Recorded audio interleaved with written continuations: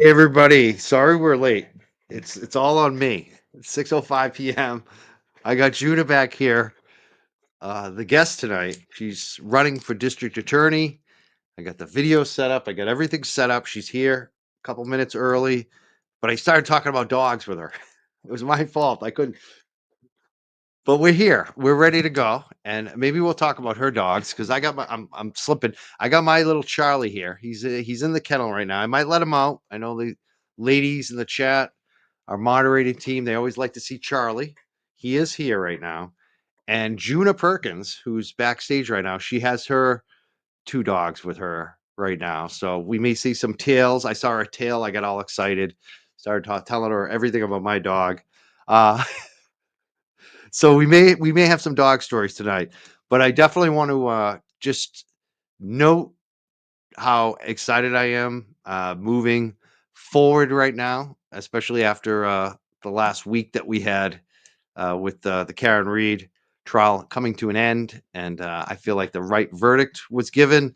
We're watching these jurors online, doing the media interviews and hearing from the attorneys. It's been an exciting week, and I am really happy to continue this. People keep asking me, "Are you going to move on to like another trial? Are you going to cover Brian Cole, whatever his name is?" And no, we're going to continue to cover Massachusetts and what's going on in Norfolk County and this DA's race and the town of Canton and Sandra Birchmore and the Karen Reed stuff because this is going to continue. And I feel very blessed and very happy with all the people who are supporting the program, supporting us, and all the people we're working with, all the other shows, all the other media connections friends we've made this year. It's been an amazing year. So, with no further ado, let's bring up the guest everyone's waiting for. She just put out this video. It was an amazing video if you saw it. She put out the video asking for Michael Morrissey, the DA of Norfolk County, to resign immediately after Karen Reed was found not guilty on all charges except for the simple OUI, the most expensive OUI probably in the nation's history. Djuna Perkins came out with a very strong video that went viral on her Facebook page. You should definitely follow her. We'll put it in the chat tonight. And we put it up also on our YouTube, got quite a few views there. We've played it on the show. We're going to end the show tonight, hopefully, with her video again, where she's asking Michael Morrissey to resign, to step down from Norfolk County District Attorney position. And this is a big deal. And the reason it's a big deal is because she's an attorney. She is an attorney. You know that the stakes are higher when you're an attorney, and she's a former prosecutor. So for her to put this out, this is not a light thing. This is very serious. She's a very serious person. We talked to her about some of her cases in the past, some of the people she's prosecuted, and some of the work she's done on defense. She definitely cares about victims. Let's bring her up. I'm very happy to have her back on the show. We've seen her campaigning. I've been watching her social media. She's been in a lot of the different town meetings and doing the campaigning. Welcome back to the show, Djuna Perkins. Thanks so much for having me. I'm excited to be here. Thank you for being here. Tell us about this video that you put out because it got quite a reaction I saw on social media. I think people, it would like I saw it on TikTok and Instagram, Twitter, Facebook. It was everywhere. People were clipping it. Were you expecting the response? And tell us about why you put the video out and what was in the statement because I thought it was very good. Wow. Thanks so much. So no, I did not expect. I did not expect such a big response, and I'm definitely not the kind of person who normally gets viral video responses. So yeah, it was a big deal, but I think it's reflective of how people are feeling and how many people are feeling like something was seriously wrong. Not and I feel like the Karen Reed case or the John O'Keefe case is really just a symptom of the larger problem of distrust that people in Norfolk County are having with local government, and so anyway, it was time. So it's hard to speak a lot. I mean, I had put out some previous statements beforehand before it went to trial the second time, and it was just it was just really outrageous when you added it all up. And then recently I came across, as I was looking at the budget numbers, I was just infuriated when I saw how, how more than a third of the entire district attorney's operating budget after salaries had been spent on the retrial alone. I think actually it was when the Aperture witness testified about how much he had been paid. And then I estimated how much Hank would have been paid, which everybody else seems to agree with this estimate too, that, it was over $1 million, and the DA only has 2.7 million in total after salaries for everything, whether it's rent, utilities, computers, software, whatever, and plus direct case expenses. So you don't have a lot of money to spend on direct case expenses. Now he can go back to the legislature and ask for more money, but if that were to work, like really, that's the case. That's the only case that merits that much resources. No. So I mean, looking at the whole thing and the torture that he put the family of John O'Keefe through, by giving them false hope about something that no experienced prosecutor would ever have brought, a charge that no experienced prosecutor would ever have brought. It was just outrageous. And I think people need to understand that these are choices that he made that caused all these problems. Absolutely. Let's talk about some of the costs too, because you mentioned right off the bat how much Hank Brennan likely got paid. I've been saying it's probably $1 million, $500,000 to $1 million. It seems easy is Yeah. the kind of range that he probably got paid on this. I recently had attorney Tim Bradel on. He used to Mhm. be a prosecutor like yourself. I know he knows you. You guys, he mentioned, we talked a little bit about your campaign with him.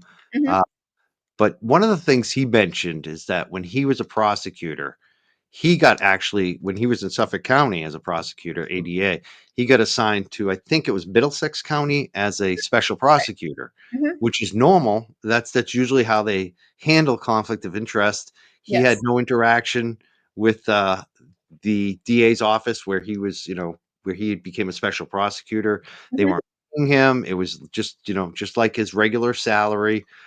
Why do you think Michael Morrissey didn't go that route and instead chose to hire a ringer from the outside and at a cost to maybe $1 million to that small budget that he has?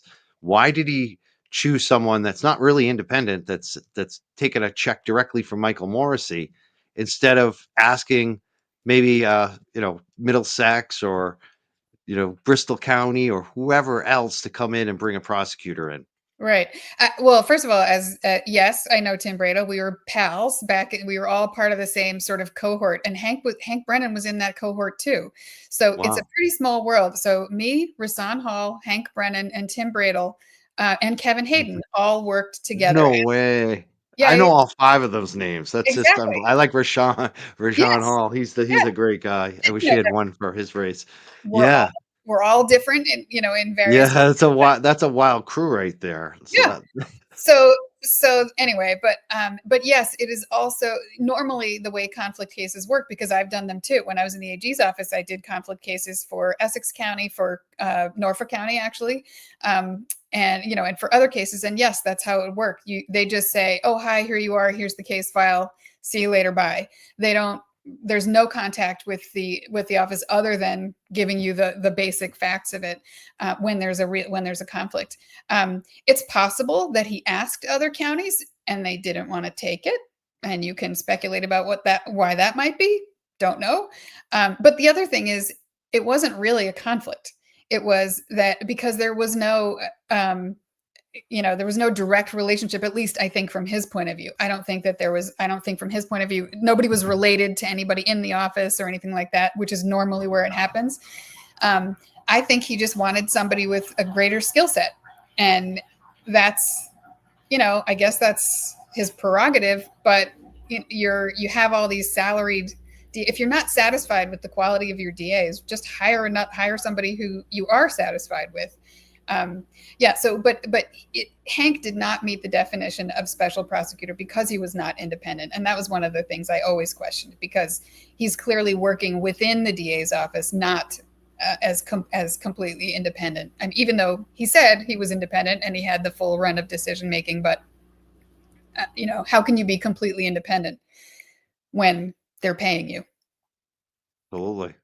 Now, when you mentioned your cohort and group of five, who were you Mhm. closest with out of all of them? Kevin Hayden, Huh. that's the DA for Suffolk County. Mhm. Rajon Hall, I know he's with the ACLU. He ran for Mhm. DA in Mhm. another district. Tim Bradle and Mhm. Hank Brennan. Who were your bestie out of all them? Four of them, four guys. That is tough to say. So Rasan was actually my subordinate in the Dorchester District Court, which is kind of funny given how everybody's careers went. Um, Hank, I want to say that Hank and Kevin may have both been in the gang unit, but all of them, I think I'm gonna say I would say I was friends with all of them. Probably Tim because he was just funny. Like, he's He's just funny, isn't he? he's He's really funny. And there's a lot there, but in general, there's a lot of camaraderie usually in DA's offices, and even with the defense bar. Also, you spend a lot of time sitting around in courtrooms together, and both sides get irritated at judges for the same reasons, and so you look at each other and you're like, okay, how can we make our lives as painless as possible? Let's make a deal, like let's make some sort of deal to get out of this room so that we don't have to sit here for another 4 hours. That kind of stuff. So there's dramatic moments in every trial, in many times in regular sessions where lots of people are sitting around, and there's a huge amount of stress. There is a lot of camaraderie. Yeah, you got to relieve the stress, and I'm sure laughter helps. I mean, that's the gallows humor, right? Absolutely, absolutely. I mean, incredible things. I once had a mistrial because um, the mother of a victim was so upset after her testimony that she left the witness stand and picked up the defendant's table and threw it. And these are these big 6 foot long tables, and she dumped it in front of the jury. It was terrible, but you know. So yes, there's high stress. Another time, one of a defendant that I was prosecuting was sitting in the dock during a motion hearing. Where they bring in the defendants and they're in cuffs and stuff, and he somehow had managed to sneak in a razor, and he tried to cut himself in the middle of the courtroom.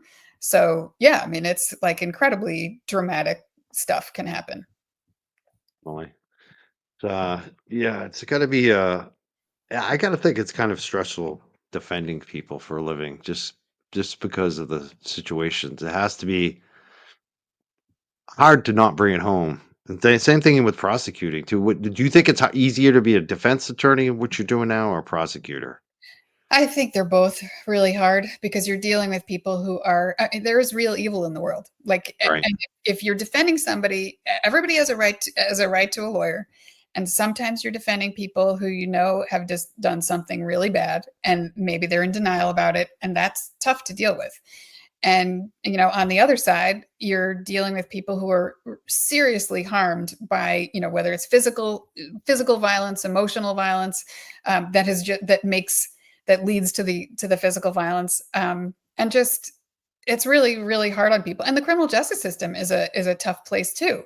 It's not really made to be this thoughtful, caring kind of system. it's Not at it's all. it's made to be like it's based on a 19th century system of justice where life was not quite as complex. I mean, it was complex, I guess, in some ways, but not in the same way that it is for us. And so it's difficult to tell a complex story in a system and have everybody, the patience of everyone, in the way the criminal justice system is currently modeled. There's just not enough God, time to easy. take. Yeah. Yeah, totally. The system, and what I've realized too is the system definitely can get overwhelmed too with we've seen that. We've seen that especially on a national level. Yep. Let's talk about Massachusetts though, because what just happened this last week was a lot of craziness around the aftermath of this Karen Reed trial. Like I said, you put that great video out. There's been statements from Hank Brennan and Alan Jackson, the defense attorney for Karen Reed. Did you follow any of that? Did you see what Hank Brennan specifically was saying in his statement about the I trial? Yeah, I did. Yeah, is the next question what I thought of Hank's statement? Yeah, yeah. Because what do you think about it? Uh, you know, I don't blame him for saying I'm sorry. It makes sense to me that he's, I'm sorry that we didn't get to justice for John O'Keefe's family, because I'm sure that is what he was trying hard to do. Um, I don't, the rest of it kind of came across more as sour grapes, and so that's not great. But yeah, I mean, I guess that's all I can think of. And Yeah, Alan Jackson's statement, I think I heard it. I didn't really catch the whole thing, though. he was basically calling out Hank Brennan, just saying all these issues in the case, and you're calling out conspiracy theories, and you could Mhm. tell he's going after Turtle Boy again. It's just like you lost. You lost your case, and like I think the whole statement, like you said, it should have just been about the family. That Yeah, should have been it. It should have just been like, we're sad for the family. They didn't get justice. And right. I feel like if I were him, I would have said, I feel like I let him down, because I think he did let them Mhm, down. And like, I didn't see that. I saw like a lot of blame shifting, mhm. So I would like to see a little more humility from him after all this, especially he got $1 million. And what do we get? We got a simple OUI. I know Um, that's a hard that is a really hard pill to swallow. hmm. And the other thing too, we exchanged some email correspondence but for a lot of us that have been more supportive of Karen Reed, especially feeling like she was innocent and getting railroaded. Mhm, There's been a lot of attacks of us. I told you about some of this, like for like 2.5 years, and then now we're watching, and it's been like it's funny because if Turtle Boy does something, and I'm not saying I agree with everything he did, some of the stuff I think was maybe over the line, but I'm more supporting Turtle Boy because I feel like it's a slippery slope. I actually don't want to see anyone charged for this crap mhm, unless it's like a real violent, serious threat. And I don't think it ever was on Turtle Boy. And even some of these other people I question, but there's a double standard. mhm, The other side of this is we know, and we've seen it in affidavits, I've suspected this for a long time, that they're deeply connected to Hank Brennan and Michael Morrissey. This Kate Peter woman specifically mhm, been alleged in an affidavit she's getting $1,500 a month from them because she hates Turtle Boy for the last 10 years. And they've got a feud, an online feud going, and now they're incentivizing those folks. And they can post, Uncle Tom and all this other stuff and threaten people with ice. They threaten a juror with ice. They can do all this crazy stuff, and they'll never get a witness intimidation charge against them because Michael Morrissey and Hank Brennan like them. And we believe they actually meet with these people. Um, I don't know much of what can be done because, like, mhm, I'm not filing it like any type of complaint against these people for the shit they do. I really, for me, I don't care. What I care about is more the jurors right now mhm, and a lot of the other people who are just random people that don't have a platform like mine that mhm, get brought through the mud. There's a lot of stuff going on, I think, on both sides, but I feel like that other side is much worse mhm. because they know they can be. They're protected. Do you have any advice or do you have any comment on any of that stuff? Because I know you're just becoming aware of it over the last days. I showed you some of it. I mean, I think what bother I don't like vigilante justice, no matter where it comes from, because the reason that vigilante justice is bad is because there's no due process in it. People just make conclusions where they haven't given the other person sufficient time to respond, or they haven't had the right to cross-examine or develop evidence or anything like that. That's what the system is supposed to do. So whenever people do that, I find it really unsettling. I definitely don't like it happening to any juror.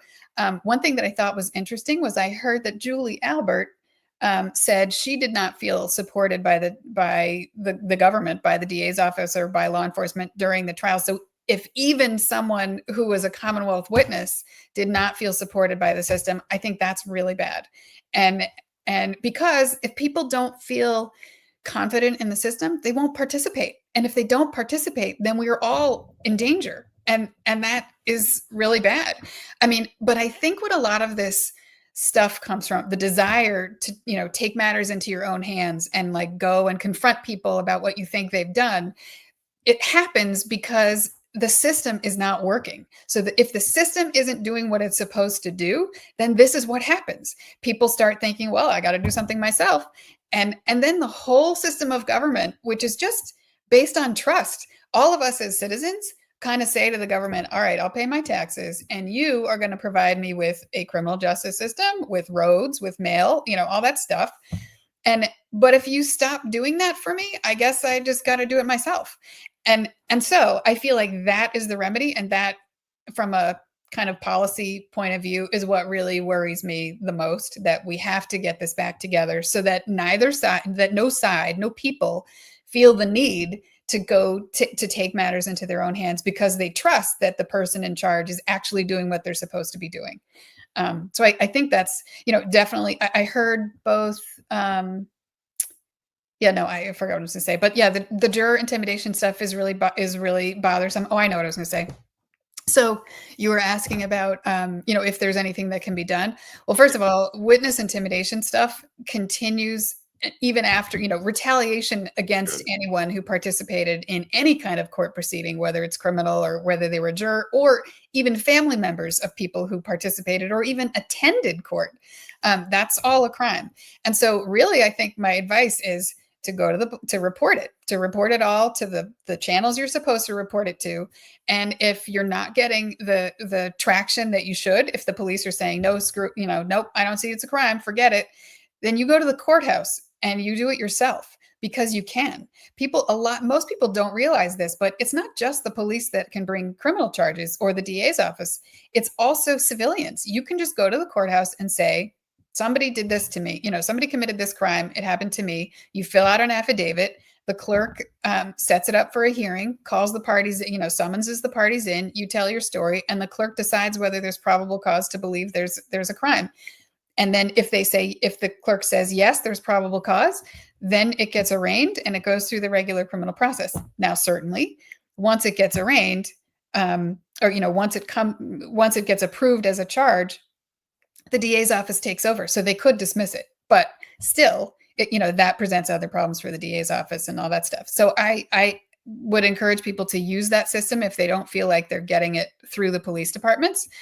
The other thing is, besides witness intimidation, there's a statute called criminal harassment, and it's often it's not charged nearly as much as it could be by police, because it takes a little bit. I mean, honestly, I think it's because it takes a little bit more work than the typical crime, because what it is criminal harassment is a directed pattern of conduct directed against a particular person that's intended to cause them serious distress in some way, or fear of physical harm or some other kind of harm.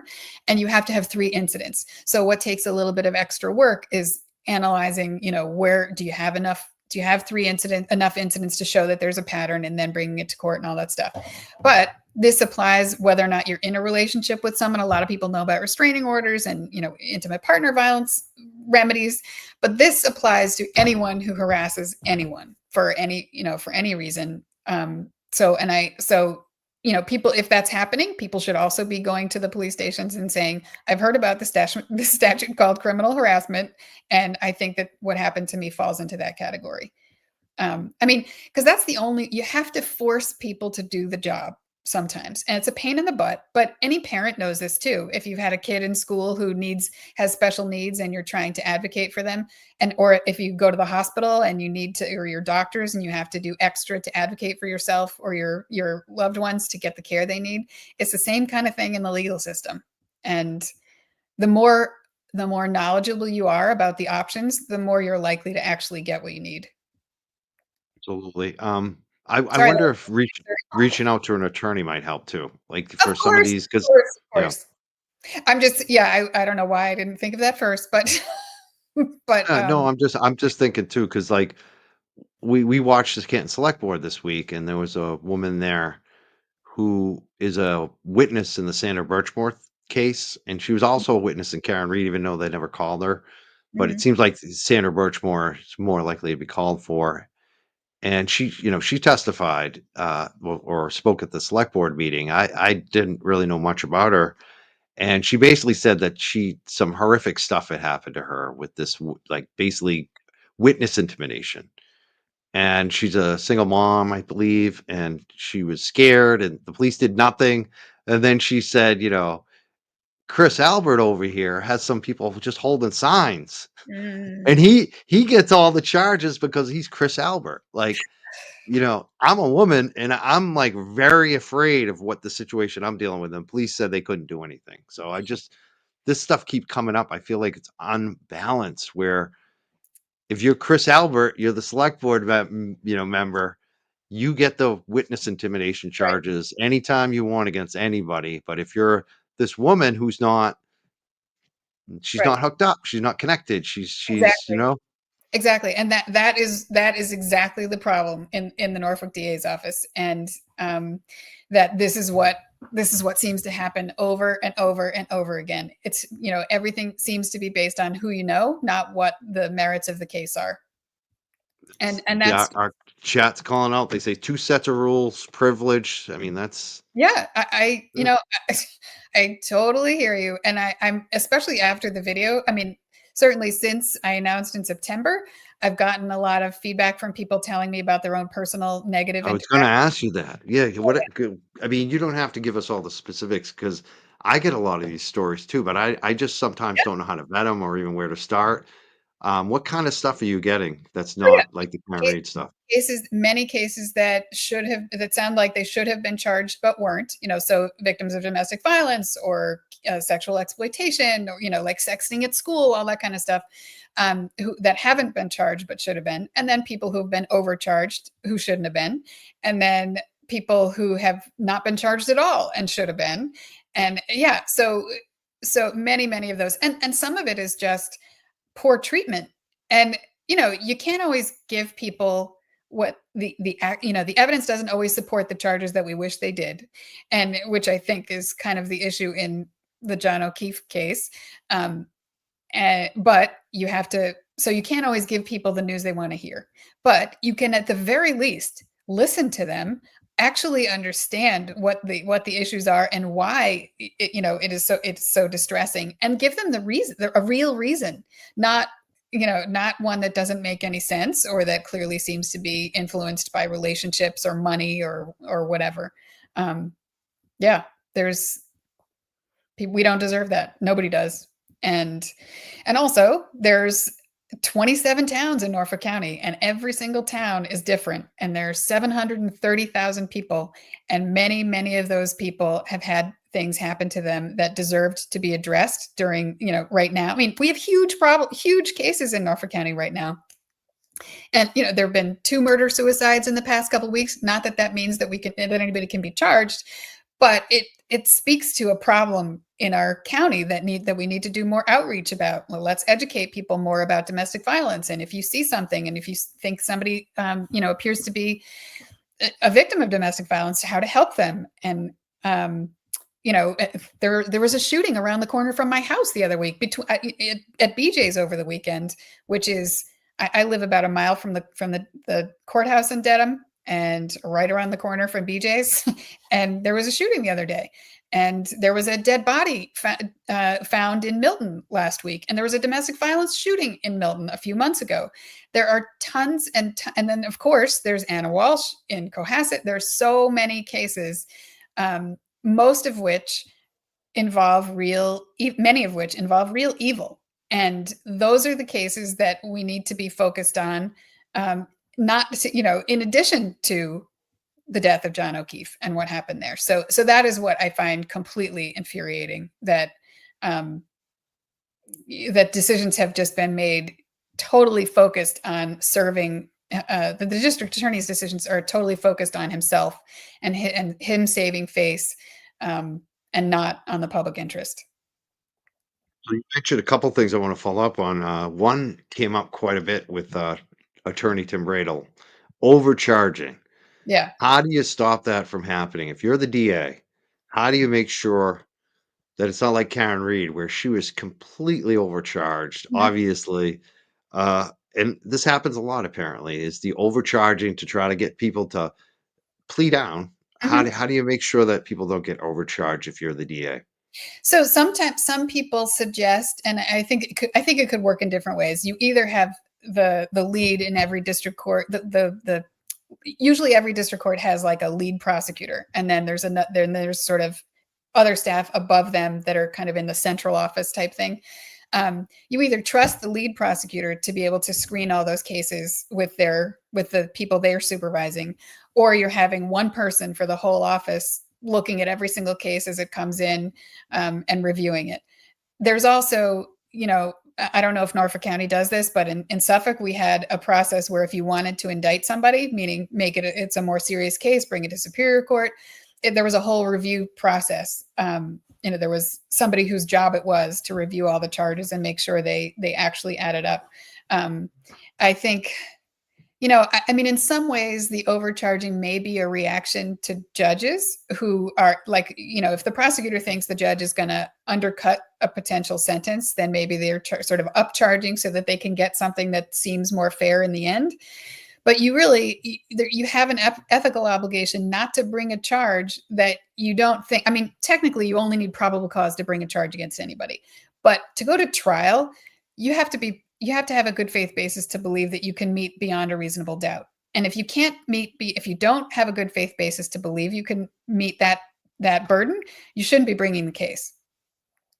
And yeah. Yeah, that's the way it should work.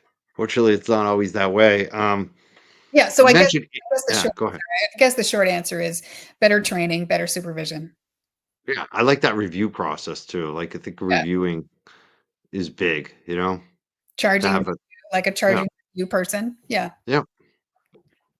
And to have standards on it. You mentioned Anna Walsh. That's going to be a big upcoming, murder trial.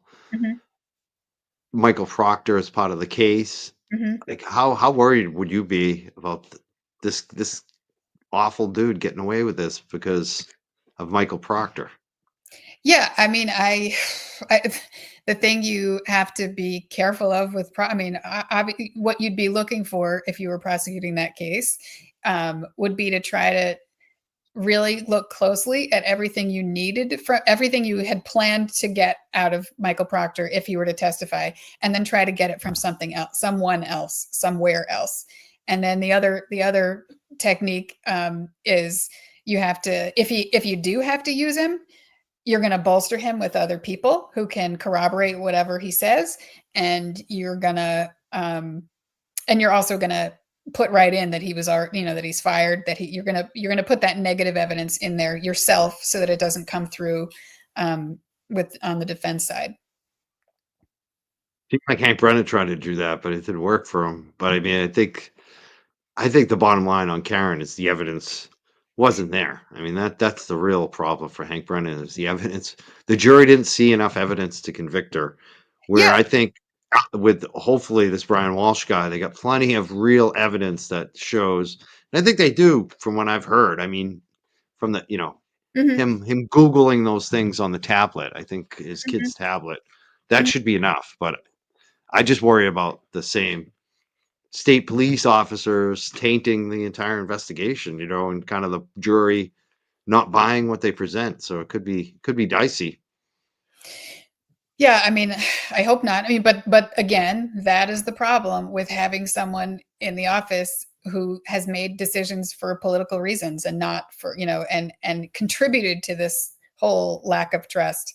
I mean, he should have done something about Proctor long before, because he knew or should have known how Proctor was engaging with other human beings. Like, so if you're talking to your coworkers like that, it is probably an indicator of how you're dealing with cases. So people still in the chat are asking about the juror. People are concerned about what's been going on with that. A lot of people are asking, should they call the Mass State Police? Should they call the DA's office? The jurors have like a line to call, right? They're told who to call if there's a problem, right? They don't call. Maybe. Yeah. I mean, they could certainly go to their local, crimes are prosecuted where they occur. So if the juror lives in Dedham, they should go to the Dedham Police Department as the kind of the first. If they have this sort of number that you're talking about, then yeah, call that. But they can always go to the police department. And actually, it's good to do that just because the police will take a report. And I don't know what happens with this other number, but the police will always write down whatever it is that you say, and that preserves, that kind of locks in the evidence. So, so It goes to local town police first place to go. Besides it, but if they have the number, they call that too. But they can yeah, do both. yeah, exactly. There's no harm in doing both. Excellent, and I like that idea too. Like maybe reach out to an attorney. I know a witness right now. I'm trying to be careful here. I know a witness that has an attorney and that is kind of doing some of the things that you talked about tonight, Juna. And I think sometimes that may be helpful for some of the victims if they just find somebody who's like got a legal mind that can help them through this process too. Yeah, to sort it definitely. Um, Someone like Juna, you would help, wouldn't you, if somebody called you on it? Do you have enough time? Do you do that kind of work? the thing, well, sometimes, but I mean, I think the thing that is most or always is really sad is that the people who need the most help, legal help, have the least ability to Resources. afford it. Yeah. Yeah. I mean, and that, like, you see that in everywhere. That poverty prevents people from getting the things that the fairness that they need. Just like with everything else, it prevents you from getting housing and jobs and um, justice too. I You know, think we it's should. actually what, Oh, sorry. sorry, I heard Karen Reed's dad talk about this, and I think he has a really great point that, they had the resources to sell their house, to do what they needed to do to raise enough money for her, but most families don't have that kind of resources. And so if what's it like for all of them? And that's the other danger of overcharging people is you could really be harming somebody. Um, so that is why due process is so important, and that's why in the end, um, the process worked. Like the jury, I mean, I heard the interviews of the Yeah. two jurors who have spoken so far, and I was really honestly impressed by how they talked about it and how seriously they took it. I mean, that is the best part of America to me. Like that you can get these 12 different people in a room and they haggle it out, and they're different personalities and they're from different walks of life, and they use their heads, and I think read something or saw the thing where they were putting up notes on the wall, like big post-it, making charts of evidence and stuff. I love that. That's great. Yeah. And yeah, I mean, and they came to the conclusion they came to. Yeah, those interviews, I think that's why they're getting so much heat too, because not only the jury result, but what they're saying is so devastating to that other side that's been so invested in having Karen be innocent, be guilty of, what she didn't do. And it's just like they were so on point. Like that foreman is such a good. He really just said it's the evidence. They didn't prove it. They didn't prove the guilt. And Yeah, they asked him to. What I liked is they were like at one point they were like, "Who do you think did it?" And he's like, "I'm not here to. That wasn't why we're here. We're I we're here to find out if she's guilty, and they didn't prove it." right. I thought that was actually an excellent answer because it's really true. It wasn't the jury's job to figure it out. Yeah, it was the Commonwealth's job to prove it. And listen, I've been there. I've gotten acquittals when I didn't want to, and it's really it hurts. Let me tell you, I kind of felt bad for Hank. That is a tough the amount of pressure on all of the people in that courtroom for so long. And so I mean that it is exhausting. And yeah, I mean, you're working 24/7 during that time. It's like it's the lawyer's brain surgery, you're just, in it the whole time. So yeah, anyway, so I feel empathy, I think, for everybody. Microdot. He's a big time YouTuber creator. I love his work. He has a question. He says, "Will she consider? So will Juna consider Mhm. reopening an investigation into her own office and reopen the investigation into the death of John O'Keefe if she wins?" And I think what he means into her own office. If you get elected as DA, would you look into like the funky stuff? Because both Microdots and I think a lot of funky stuff has been going on in that office related to Karen Reed. Would Mhm. you investigate that stuff, and would you consider reopening the investigation? So I definitely will be conducting a top to bottom audit of the whole office, to the extent possible, even reviewing cases that have been null prossed. And I mean, it could get overwhelming. So I'm not really sure what's there until I get there, but definitely interviewing every single person in the office, from, every employee about, why they work there. Like, tell me about what you like about working here. What do you think could be improved?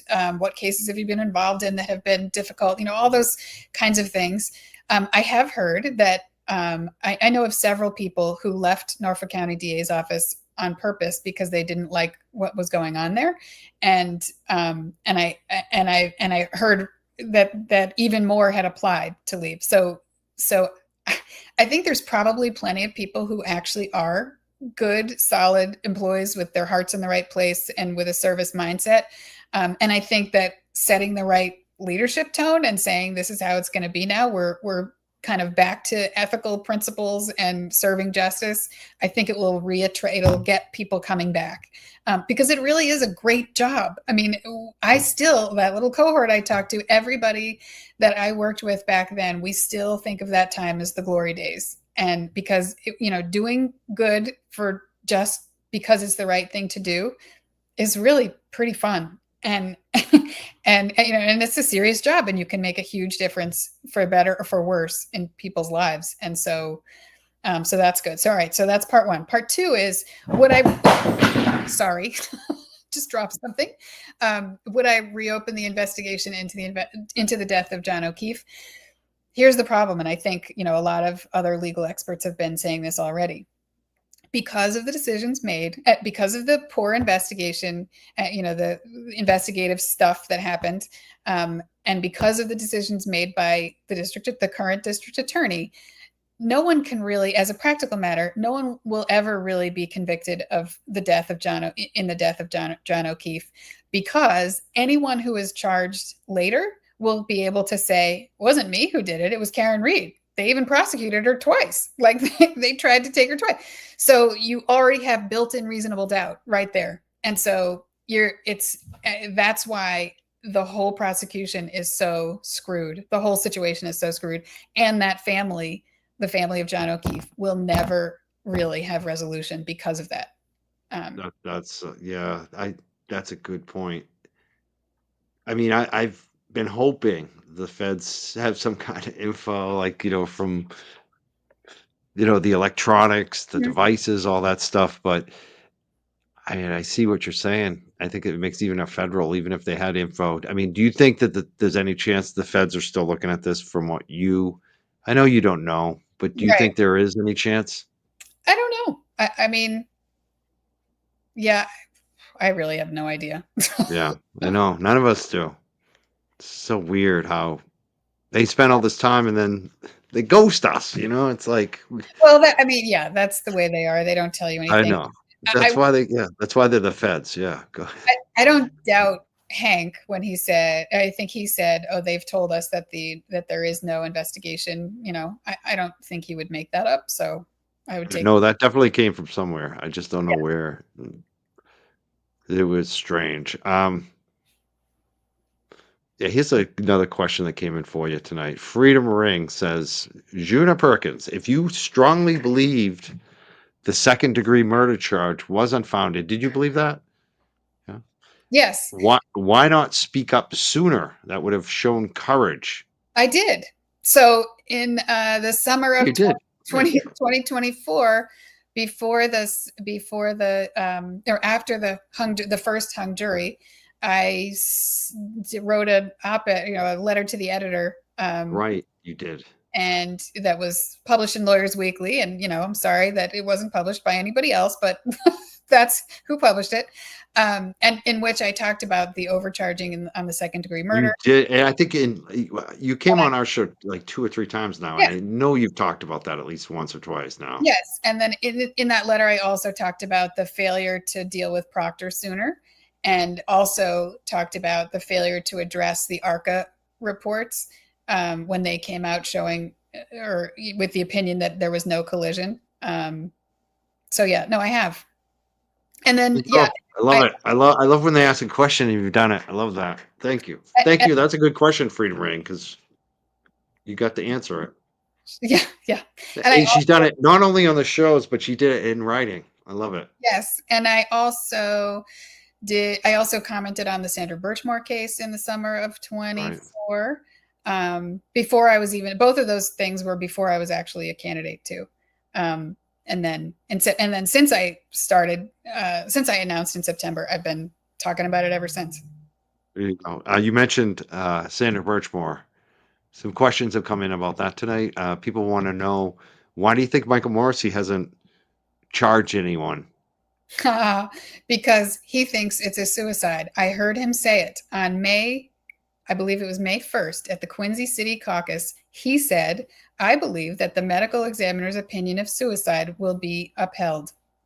And was that recent? When was that? May when? May 1st. I can look it up. This year, 2025. 2025. I'll tell you the reason I know is because I went to the Quincy City Caucus to do my stump speech. So the Democratic caucuses are to pick delegates to go to the state convention. And during caucus time, every town has its own caucus. Candidates can come and ask for a minute to speak to the people who are gathered to do their stump speech. I went to Quincy and the district attorney was there and I did my thing. And then afterward, he responded. And a piece of his response was that he believed that the medical examiner's conclusion of suicide would be upheld, would be found to be accurate. And that was incredibly shocking to me. What was the reception among town Democrats, even in Quincy, which is his base, really? I feel like that's where he's strongest. How did they react? Were they accepting of that, or were there any groans? Were there any weird looks? How did that go over? Well, there was a dramatic moment before that brought on by my being there. So I think there was kind of, after I spoke, it was like, just quiet. So when you gave your stump speech, you were probably criticizing him. Oh yes, and I got heckled, and so they were heckling you. Oh yeah. So what is wrong with these people? It was. I mean, it was one person, and actually, yeah, okay. He's probably a code holder. Before I actually spoke, I had spoken to some other people, and who were very positive and favorable and stuff. But there was this dramatic moment where I got heckled and I just kept going. And, this person says, do you know where you are? And I said, oh, actually I do. I know exactly where I am. And I'm still talking. So love it. You haven't heard that before. You're a woman. You've heard that, I'm sure, a million times being a lawyer. Oh my God. These people are so, I can't stand people like that. Like 2025, are you still saying shit like that? Come on, dude. Was it a guy? Was it a white guy, a white Irish guy like me? It was actually a woman. I have to say. A woman. Oh God, come on. Oh. But I have to say, I mean, even up until that point, so the first half of what I talk about is my background and all that stuff, and people are nodding and smiling and like, oh, doesn't she seem nice? And then I start the criticism, and that's when it started. But honestly, I have gone to dozens of caucuses and town meetings and elections and talking to people, and people are fired up. And I mean, they're so mad. I mean, I've had people, like, I'm handing out flyers and stuff. I've had people go into their town meeting because that's where they're, and then come back out and say, wait a second, are you running against that corrupt guy? And I say, yes, I am. And they're like, I'm voting for you. So it's been really great in a couple of ways. I mean, one is I think people are really much more engaged in general about politics and about local government because we realize right now how important it is, and what they can do, their actual individual impact on elections, like in Canton, the election of Susan Harrington, who totally upset the apple cart and got 2/3 of the vote against a 30-year incumbent. And that was really an incredible victory. So I like the response in general that I'm getting is really overwhelmingly positive. I mean, and I'm sure you saw that survey that came out But yeah, what do you get? Like single digits, right? 4%. 4%. That's like the lowest ever. And the pollster, the guy who took the poll, said it was the lowest he had ever seen in doing any poll ever. So, yeah, 4%. That's four. like below what it was Nixon at when he resigned. I mean, he Yeah, must have been at like more 20%. than I that. mean, Right, right. 4%. Yeah, Oh my God. You're right. I've never seen anything like that. Like that's like imagine having a 96 approval rate. Like that's just you just never see that. You never people it's always like 80-20 at least. You know what I mean? Like even for it's yeah. unbelievable. That's unbelievable 4%. Yeah, and I mean, I think the other thing that is really good is that people are starting to realize how important and how much power the district attorney has, Yes. and that the only remedy is the election. And That's so, you know, I mean, the district attorney has a huge amount of power, and so it's all the more important that you trust them. definitely. Brings me to another question. Is he going to run? Do you think he's going to run for reelection? Has he announced? Does he seem like, I mean, he's given those speeches. I'm guessing he's thinking he's going to run again. What do you think? People keep saying to every 95% of the speculation I hear is that he won't run again. Mm. But then something will happen, like, he replied, he did respond at the Quincy City caucus and he was defending himself. And then I heard a rumor that he had somebody calling around for him about his reelection campaign. So I don't know. He's like getting some feelers out there to see who might support him. Maybe is that Maybe kind of calls? Yeah. was. I'm Hmm. not sure. But I've really found that even people, many people know him, and I meet a lot of those people, and most of those people are saying to me, "Oh, he's a friend, but I think it's time for him to go." And Yeah. is very It's funny you said that because I've heard that so many times in yeah, Canton yeah, over these elections. Like I've heard so many people said, I like John Conley, but I'm voting for Susan Harrington. It's time mhm, for a change. I heard so many people say that. It's a common thing now. Like right, people know that it's not in their interest to have the same person in there for 30 years in right, both cases. These right. guys were there too long. And it's not about whether or not he's a nice person or whether or not he's your friend. It's, are you doing the job? And it's not personal on my part. I Exactly. see what I see, and I know what this job is. And I think that a lot of the reason that we are where we are is because he was never a prosecutor. He was always a politician. And Right. and and Ex- I think that his decisions and choices make that clear. Um, you know, so I think that's what's wrong. Yeah, we need a prosecutor, not a politician. I like that. That's Yeah. exactly the issue. That's it. And he is a politician. I mean, that's what he has always been through and through. Yes.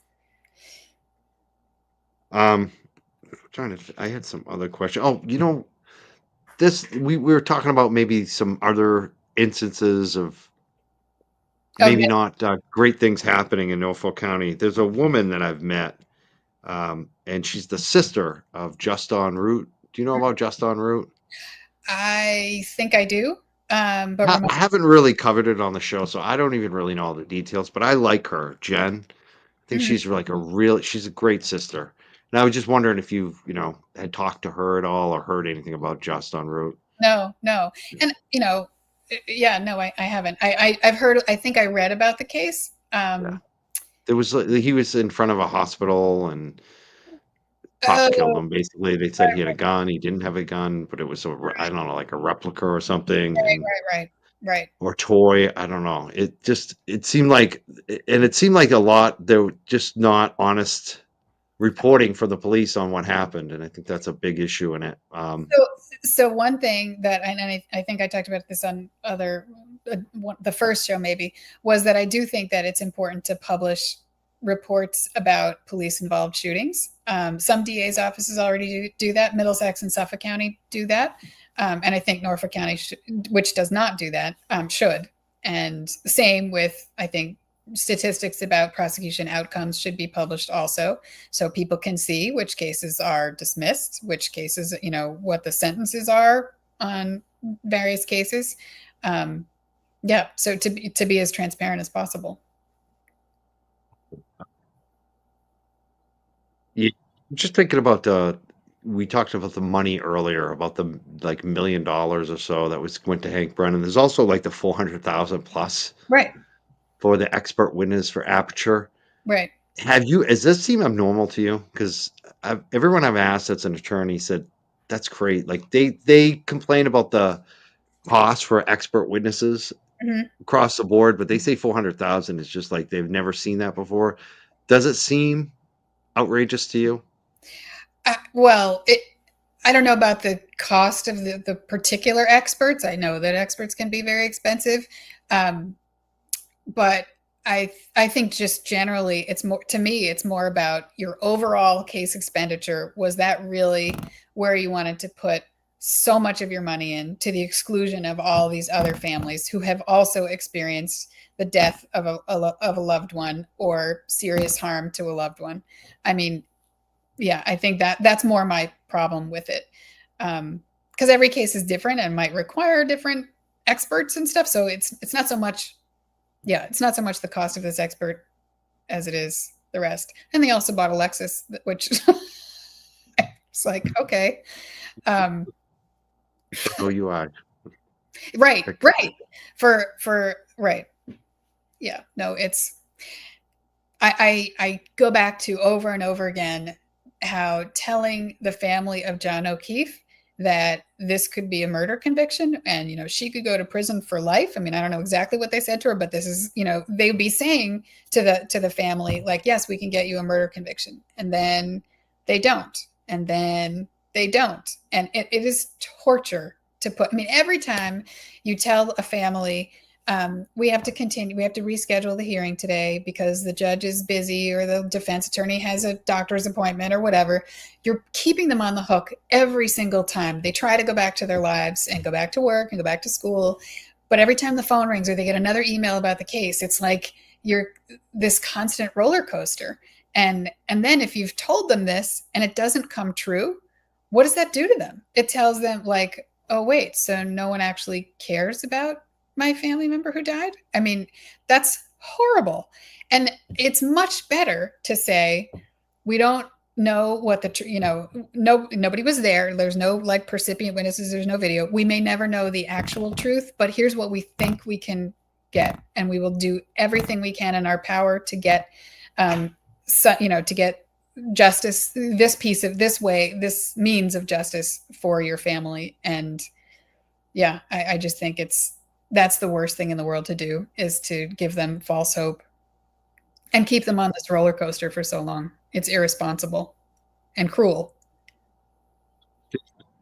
For people who were responsible, you just ruined any chance, like you said, because Right. they'll have the defense that Karen Reed did it. Right. So that's why it's so important to get that first. Right.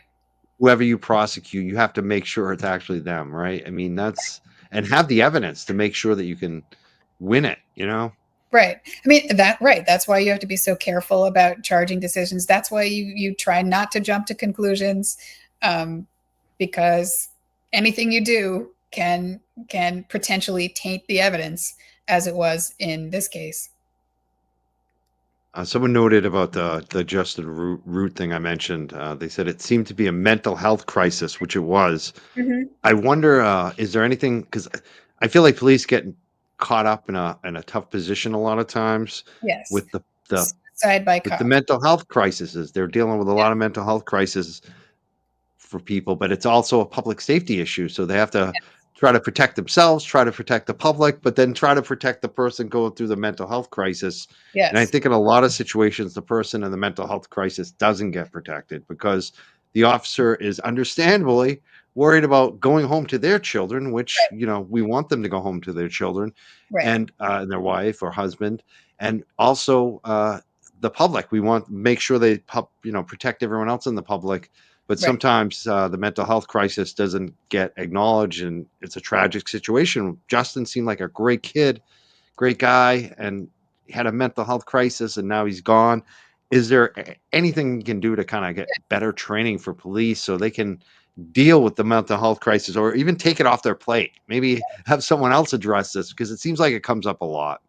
It does, and actually, a few towns in Norfolk County now have this new program. I think fairly new program called co-response. So they have mental health professionals assigned to go out to either at least consult with before going out to a call. Sometimes they will go with them to a call, and sometimes it's a nonprofit that's providing training to police. I think more and more towns in Norfolk County, I would love to see that happening in more and more towns. Because I agree. I mean, you're balancing the safety of the entire community and of the individuals involved, whether it's the person who's having the mental health crisis and the people who are responding. I mean, mental health it's been obvious ever since I was a prosecutor, and probably before that what a huge role mental health plays in the criminal justice system, because crime causes a mental health crisis, mental health crises for victims, and it is also sometimes people with mental health issues are often overcharged when they, or arrested for crimes more than the average number in the population. And yeah, so it is definitely, and on rare occasions, it can result in terrible violence.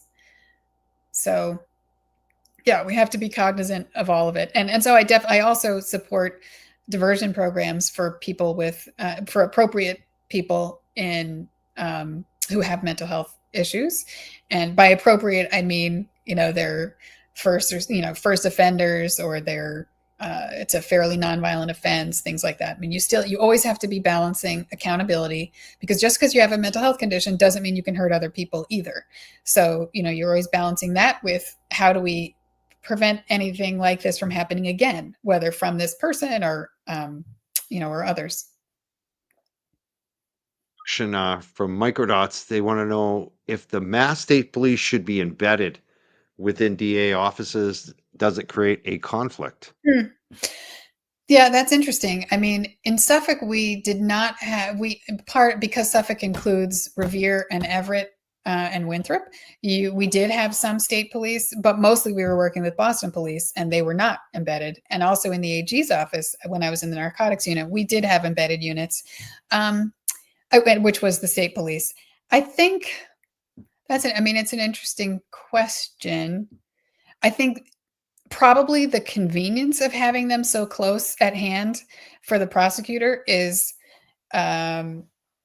outweighs the risk of conflict. But I definitely think that you have to be very careful about conflicts, and you have to be very ready to give up a case, to assign a case somewhere else if there really is a conflict. I do think, your objectivity can start to blur. But I used to get really frustrated working with police who weren't embedded, because getting them to return my phone call or respond to me or get the work done that I needed them to do was like pulling teeth. And so that's what I mean by convenience sake. But yeah, no, it's a real concern. Yeah, like who does the work if they're not doing it? Yeah, that's Right. gotta Because then it would go to maybe. I mean, departments. maybe it should just be an overhaul where DAs get the budget to hire their own investigators, so they don't have to use. Is that I heard Well, other states do that sometimes. Well, DA's offices often have some civilian investigators to do the kind of work that the police just don't have the time or the resources to do, and that's always really helpful, because of course we have the DA has more control over those people. I think if you didn't have the state police, you'd have to look at a lot more rigorous training of local departments, and they may not have budgets to do that.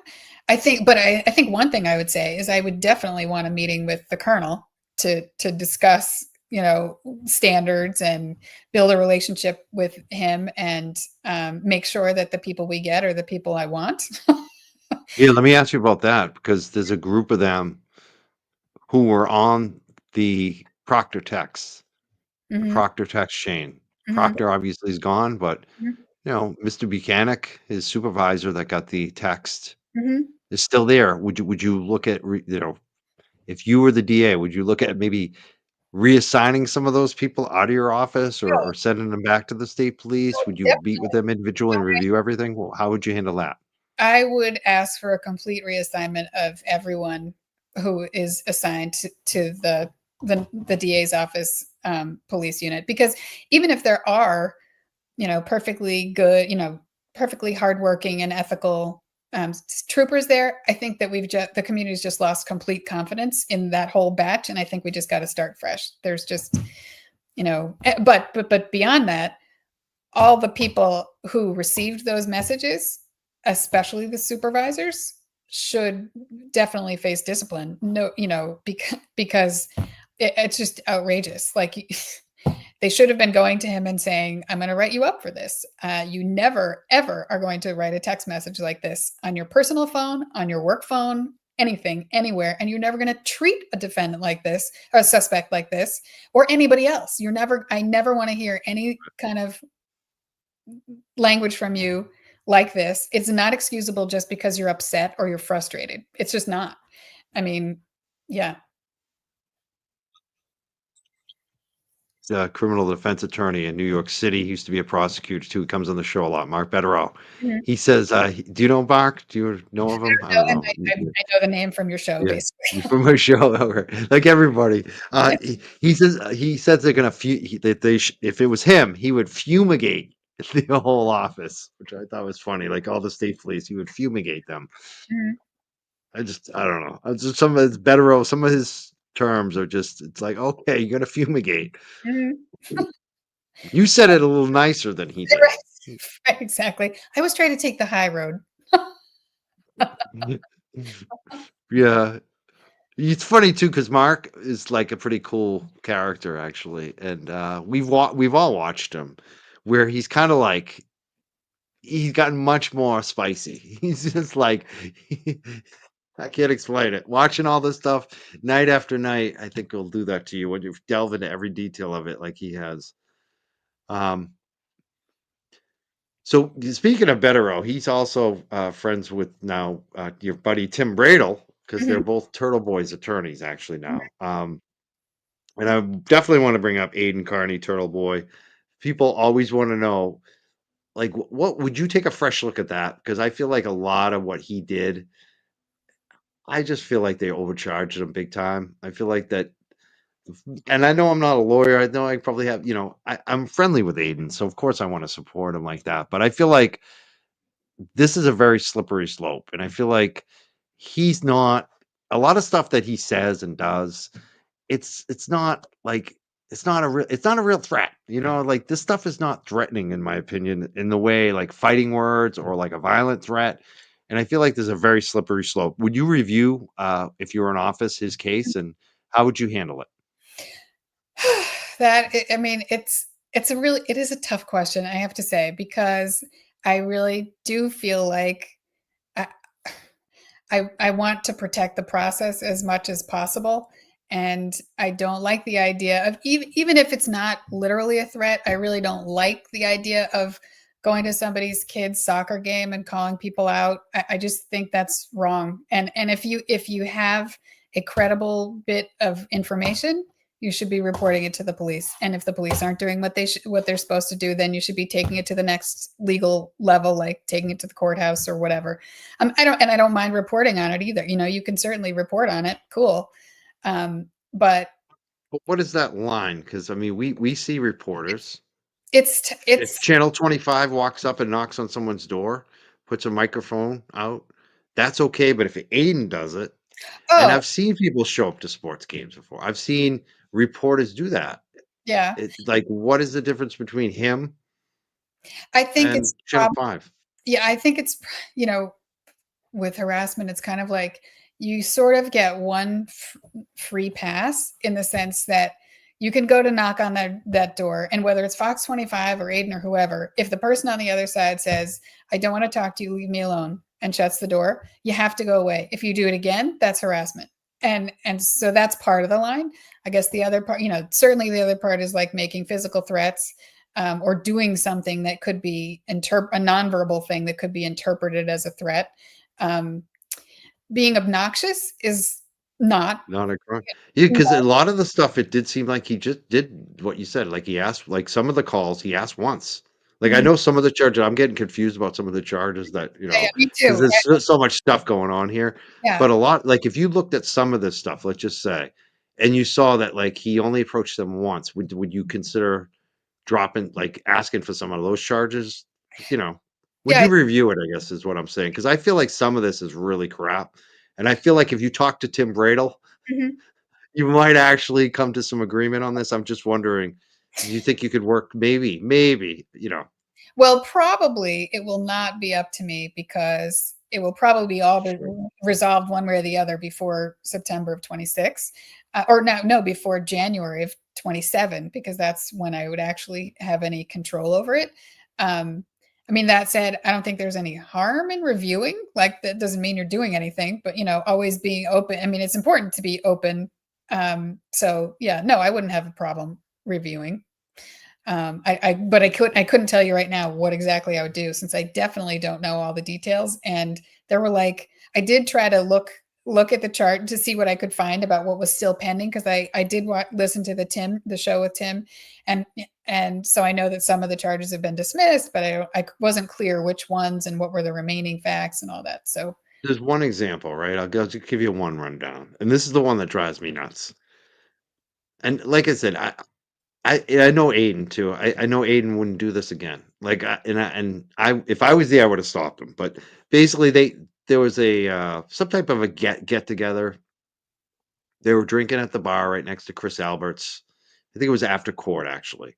And so they had a couple drinks, and then they go outside, and they see Chris Albert's closed shop, and they're just making fun of it. They're just, there's a camera there, and he doesn't know that they're recording audio because it's outside.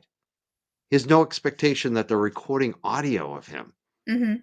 And because of that, he's saying some stuff to Chris Albert, you know what I mean? But he didn't know that Chris Albert would actually hear, or in my opinion, because he didn't know, like, Chris Albert was actually breaking the law, illegally wiretapping people on the sidewalk. Hmm, And then they charge Aiden based on that.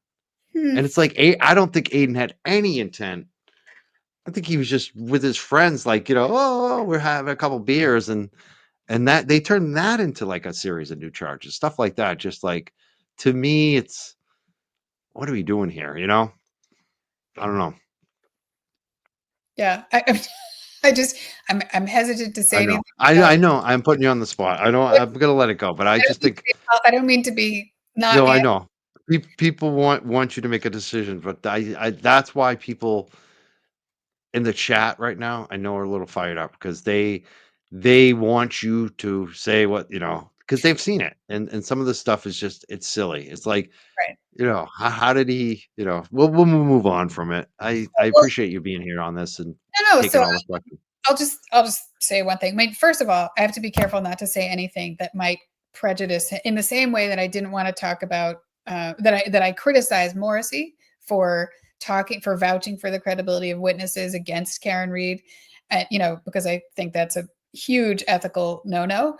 I also don't want to say anything here that might prejudice Aiden in his case, but I also don't know enough about his individual cases to be able to say, like with Karen, okay, well, this charge is definitely off base, um, you know, as compared to these others, kind of thing. It's the DA is not supposed to put their thumb on the scale. They're supposed to really evaluate what the evidence is, and assuming that they think they have enough evidence to prove it at trial, to bring it, and then let the jury do its job. Question from Kathleen O. She says, do you have any signs or are you doing a fundraiser? Need to start building awareness of the primary voting date. It is over a year away. But do you have, she wants to know if you have any signs. Don't have signs yet. We are raising money. We just crossed the $60,000 threshold for fundraising, which is pretty good for a new candidate. We're definitely, the top. I think we're still like number 10 for all DA candidates in fundraising, including elected DAs, and number 1 for challengers. So that's great. I just had a fundraiser a couple weeks ago, actually.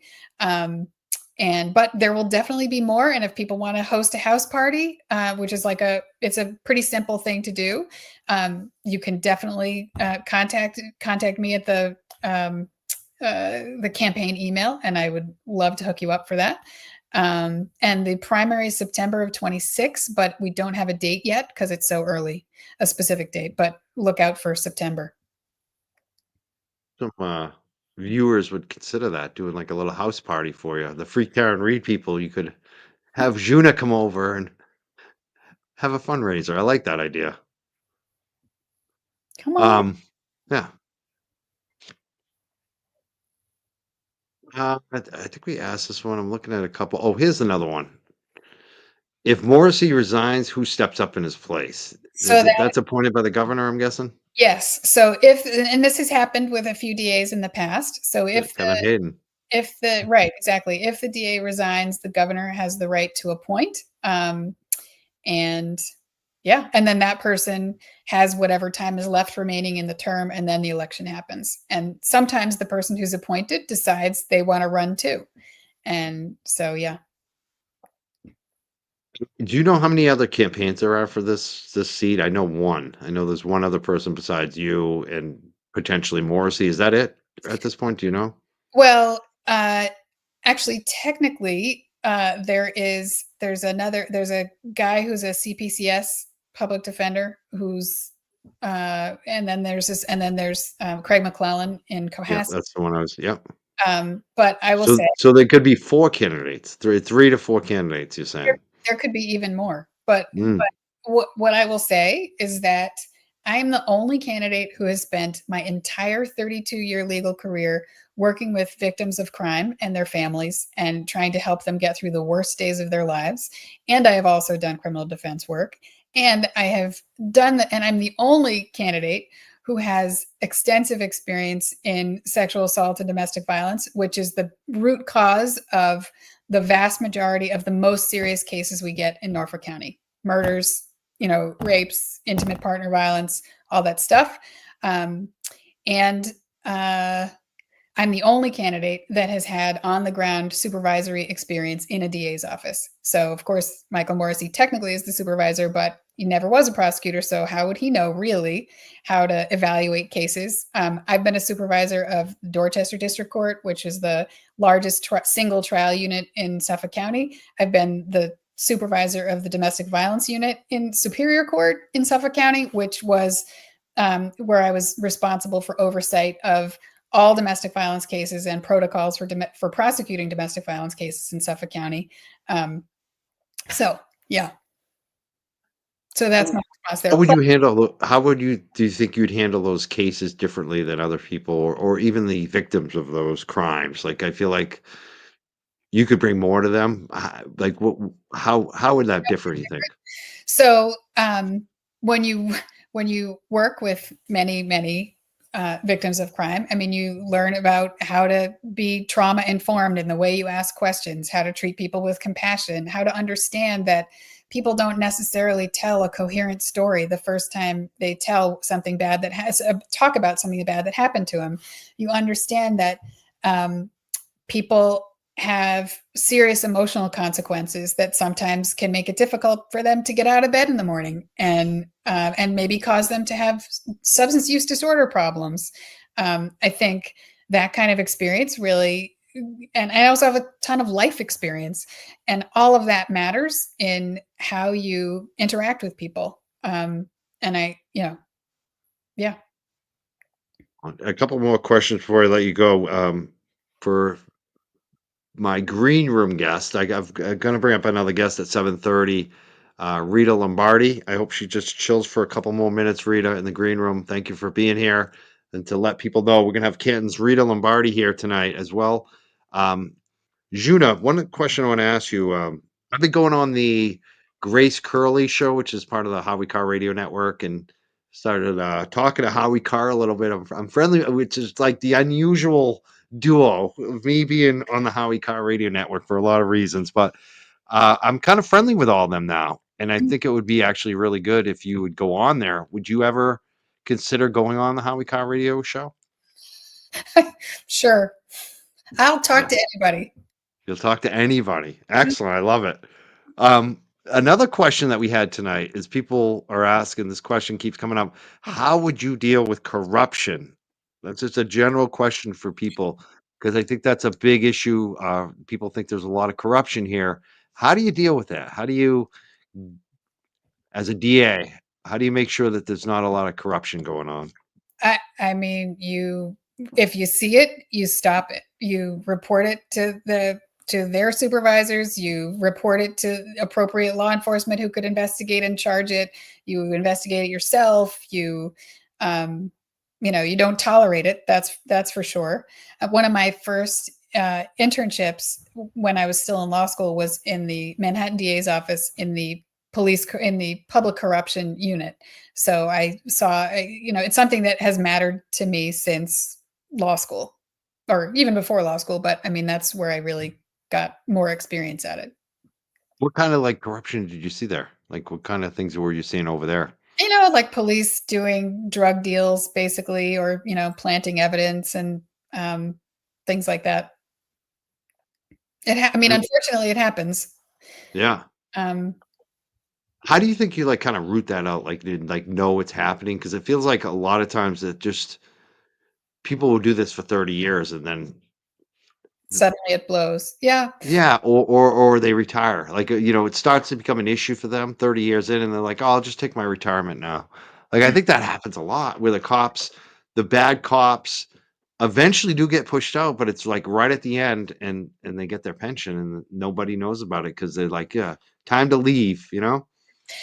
I mean, people need to feel empowered to say something. And one thing now is the post commission. I think I'm not sure about anonymous complaints, but at least the post commission exists. So it's completely independent of any other law enforcement agency. So if people feel like I'm not sure if I report it to the local police department, they maybe won't do anything about it, or they retaliate against me. But the post commission offers an option that is more neutral. Absolutely. Yeah, thank God that's like a new thing now, and I mean, I think it doesn't go far enough, but it's a good thing. It's a good Mhm. thing that we have it. Yeah, yeah. I mean, it's really important to you got to set a culture that expects high ethical standards and um, to really and to model behavior that will not tolerate corruption. Definitely. Well, I want to thank you so much for being here tonight, Juna. Do you have any events upcoming or fundraisers planned? Anything you want to promote? I know you got a website. Tell people about how they can follow you, support you as well. Yeah, so there's of course a Facebook campaign page, and there's an Instagram campaign page, and there's and the website. You can sign up to get emails. Of course, you can donate, and please do, because I mean that's one thing that if either Michael Morrissey or another politician with a bank account wants to run again. So I have 60,000 or have raised $60,000. I don't have $60,000 because we've spent some, but he has $450,000. So if you don't want somebody like him to get elected again, I need your money. So, I mean, I just got to say it. Same with any other politician. They have established bank accounts and they can use them. So let's say a state rep or a state senator wants to run for DA. They can use the bank account they had for their state senate or their state rep campaign for their DA race. And that's hard to compete with as a rookie. As a rookie He's got politician. a Yeah, and he's got a big war chest. He's had money in there for years. He's got like I think a half a million or something. It's crazy, but a little money goes a long way in these campaigns, and Yes. every donation means a lot, even if it's a 5, 10, 25, 30, 50, 100, whatever you can donate. People stepped up. I know at least one show we had a lot of donations coming in when we promoted it. I saw some of the people telling me and even showing me their donations. I hope people consider donating. We got it pinned at the top of the chat in the YouTube right now. JunaPerkins.com, her website, where you can donate directly. I hope people do so. There's also the Facebook group. We got the Twitter. Follow everywhere and make sure you check out that video. Share the video. That video is phenomenal. I didn't Someone like said Yeah, someone in this chat said Juna doesn't know anything about Karen Reed. I don't think you saw the video. If you saw the video, you would know Juna loves it, not loves it a lot about Karen Reed because it's all in the video. She really breaks it down what Michael Morrissey did wrong in Karen Reed. So check out that video, share the video. It's on Facebook. It's also on our YouTube. If you want to share it, we're going to play it later in the show. I want people to support, give some donations. Let's make sure Morrissey knows he's done. So If he sees all the donations, he might get scared. right, especially from people who live in the county, because it's really nice to see when you can look up who donates what. If you go on OCPF, which is the State Office of Campaign and Political Finance, you can look up who anybody donates. Exactly. I mean, every single donation ever made by anybody to any political candidate in Massachusetts, you can look it up.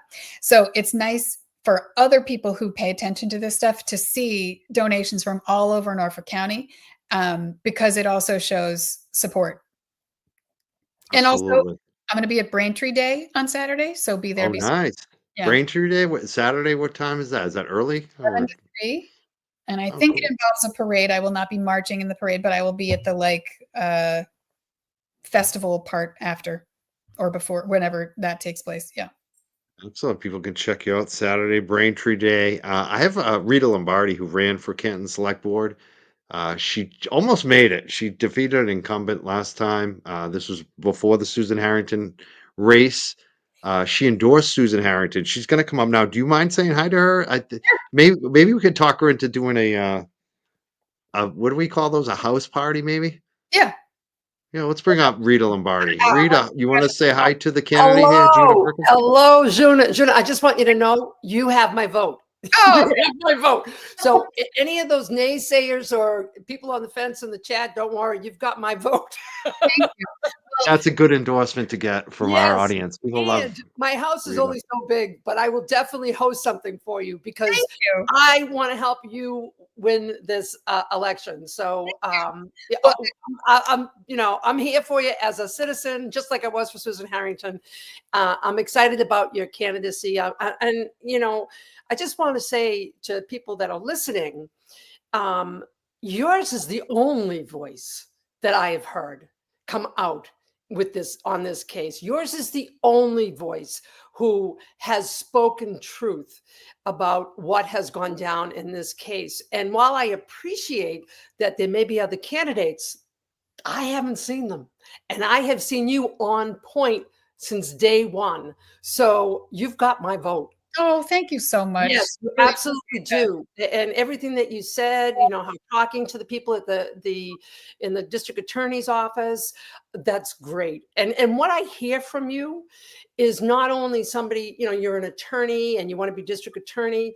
I hear a businesswoman in you. You're looking at the budgets, you're looking at the cost that Michael Morrissey has just put on all of us, in Norfolk County and the state of Massachusetts. And that needs to stop. In his own words, that needs to stop. So thank you, Michael Morrissey. We're stopping with you and we're going to vote Juna. Thank you so much. I really appreciate it. And Susan Harrington is a supporter also. Yes, I'm sure she is. I'm sure she is. It's like we all speak the same language. We want ethics. Right. That's all we want is ethical behavior, principled, and we just want the truth. That's all. And just regular people who see that there's a problem and know we got to go fix it. Exactly. And I come from the private sector where these problems are resolved, and I think that we need work in the public sector. Yes. I think we need to raise the standards in the public side to that of the best in the private side, because we would not have this kind of behavior if we had those same disciplines and those hiring practices. And I think part of the problem is there's a lot of nepotism in the hiring, and you don't have that in the private sector. You don't have that because it's not healthy. It's not the best. You're not going to get your best performance if they're all from the same area. You need diversity, whatever that diversity is. And, the private sector has it. The private sector has where you don't take bribes, you don't take, gifts. And yet some people do in the private sector. We can't even take a cup of coffee. I mean, so things like that I'd like to see changed. But we need ethical leadership, and we need people who have courage to speak the truth. And that's what I hear from you. And I've heard from you since day one. So I really appreciate your courage and your leadership, and, you're wanting to do this job, and I believe you can do it. Oh, thank you. I just really appreciate it. I'm blushing. Djuna Perkins for being here tonight. You're blushing. I know Rita will make you blush. Rita always makes everyone feel good, and I'm glad Rita's here to give an endorsement, because I know a lot of people love Rita on the show here. She's been a regular guest. And Djuna Perkins, I want to thank you so much, and I'm glad to hear Susan Harrington is also a supporter. She's a max donor, actually. What is it? She's a She's max your vet? donor. She's a max donor, so she maxed out. She maxed out. Good. She's the best. I love Susan Harrington. It gives me joy to see her sitting on that select board. She is what we need, and you are what we need. And the time is now. The time is now. So, and I also met somebody recently who knew you. He was a representative, I think, of West Roxbury. Real nice guy. I have his name. I have my name. I have my name. I think he connected me. Bill McGregor? Yes. Yeah. He's great. Yes. Oh, very nice guy. Very nice guy. And yes, and I just got back from visiting my daughter, and I took a few days off with my son, but I think I had said that I couldn't do anything after this. That was you. Oh, yes, that was me. That was me. Okay. I had to, I had no bandwidth for anything. Yeah. Oh, that's totally fine. But, now that, things are settling down, we need to make change in Canton, and we need to make change in Norfolk County. And quite frankly, we need to make change across the country. We need people to get out, get informed, and vote. Enough of this. And I think Mr. Reed, I think I heard him say it, and I've really been disconnected the last week. Sometimes you just have to do that. But I did hear Mr. Reed say something about the elections in Norfolk County, and I think there was like 800,000 and maybe only 70,000 voted. And similar to what we have in Canton, I'm not sure what that 10%, whatever it is, the percentage is, but it's time. People, it's time. This has showed us what we need to do. We need to be aware. And yes, it's work. Yes, it's time that none of us really have. But if we don't make the time to get informed on what's going on in our community and who's making the decisions and who's running, then we're going to be left with whatever there is. Right, exactly. Then not that good. Look at Michael Morrissey. Right. No, totally hear you. Totally. So I'm here to wake them up. And when I ran last year, just so you know, I threw my hat in at the 11th hour. I mean, literally the day before. And I threw my hat in because they were jerking us around with the police audit. And I said, you're not going to jerk us around. We fought too hard for that. And we need that. And so the day before, with the last day I could pull papers, I never ran for elected office before. And I'll probably never run again, but I'll help other people get in. And so I pulled out papers. I got my papers before. Everything was signed before noon. And I even had one person who was probably in her 30s, never registered to vote before, and registered to vote to sign my nomination papers. Wow. And we turned out between Trish Boyden, who ran, and I ran. There were 2 seats we both ran. We increased the vote significantly. I forget what the percentage was, but it was significant. People, and that's what happened this last time too with Susan Harrington. Susan did a phenomenal job knocking on doors. She won. 2,000 doors. She was unbelievable. She wanted the job, and you knew it. And she's qualified, very qualified. And that's what you need. Somebody like that, somebody like you. So we need to, all of us need to talk to our neighbors, talk to everybody, get informed of the issues. Even if people are on different sides, have discussions with them and figure out where you align and go for those things. And we can change the world. We can change the world one vote at a time. Right. I mean, for me, just to like interject one little thing.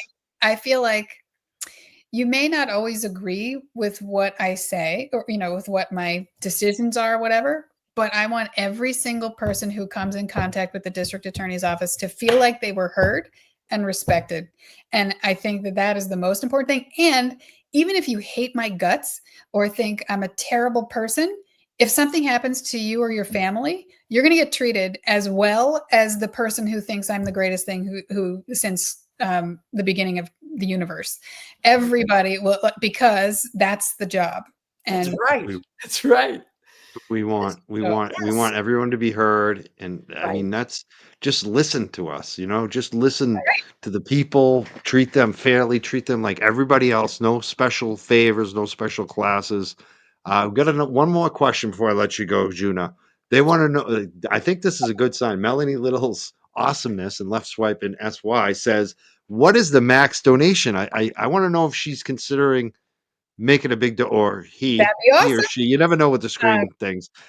Are they considering a max donation? What is it? What is the max donation? It is $1,000 per person. So if you are a couple, you can each donate $1,000, or if you're just a single person.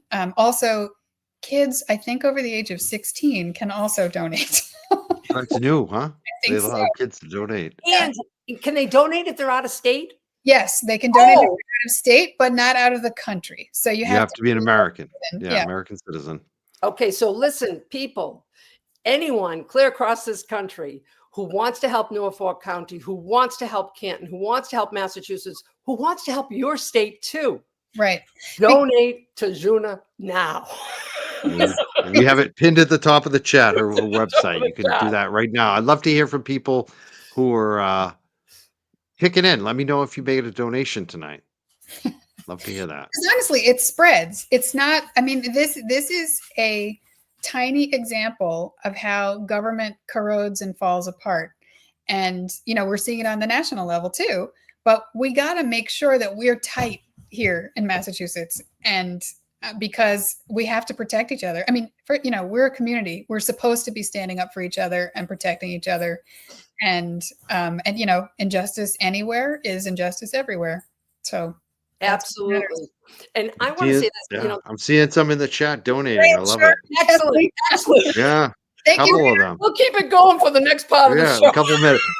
We got another question too, though, me? for Juna. I said no more questions, but this is a cute one. I want to find out. All right. How did you get the name Juna? Is there a story behind it? There is a story behind it. So I was named after an American writer who was active in the 1920s. She was sort of an American separatist, a feminist separatist lesbian writer in the 1920s. My father was a writer, and I was born in 1968. And this is what happens when you're from kind of a boho family. Which, by the way, I'm the only I'm the weirdest lawyer tight person in my family, according to them. So. That's interesting. But I what also, kind of writer was he? I love writers. He was an essayist and a poet. Primarily, he identified as a poet. I was going to say something else. Oh, the D is silent, but I am not. That's what I like to say. Mm-hmm. I love it. I love it. That's a good campaign slogan. Right? Yeah. That's what I think. It's all about speaking truth to power. That's right. Absolutely. I love it. I mean, I've done change my whole life. That's what I did in the private sector. I turned around business areas or created them from the ground up, always in a crisis management situation. And you just gotta move and get the job done. And you're moving and you're getting your name out there. And, I'm with you. I'm with you. Yeah. Thank you got you. another one. Darcy, thank you. Yes. Everybody who's donating tonight, thank you. Yes. And some people have already donated. So I love our chat. They're very generous. And I want to thank everyone for donating tonight. Darcy, thank you. Yeah. And I want to say that, this whole case of John O'Keefe, the murder and the trial of Karen Reed, brought together the best people in this world, all over the world.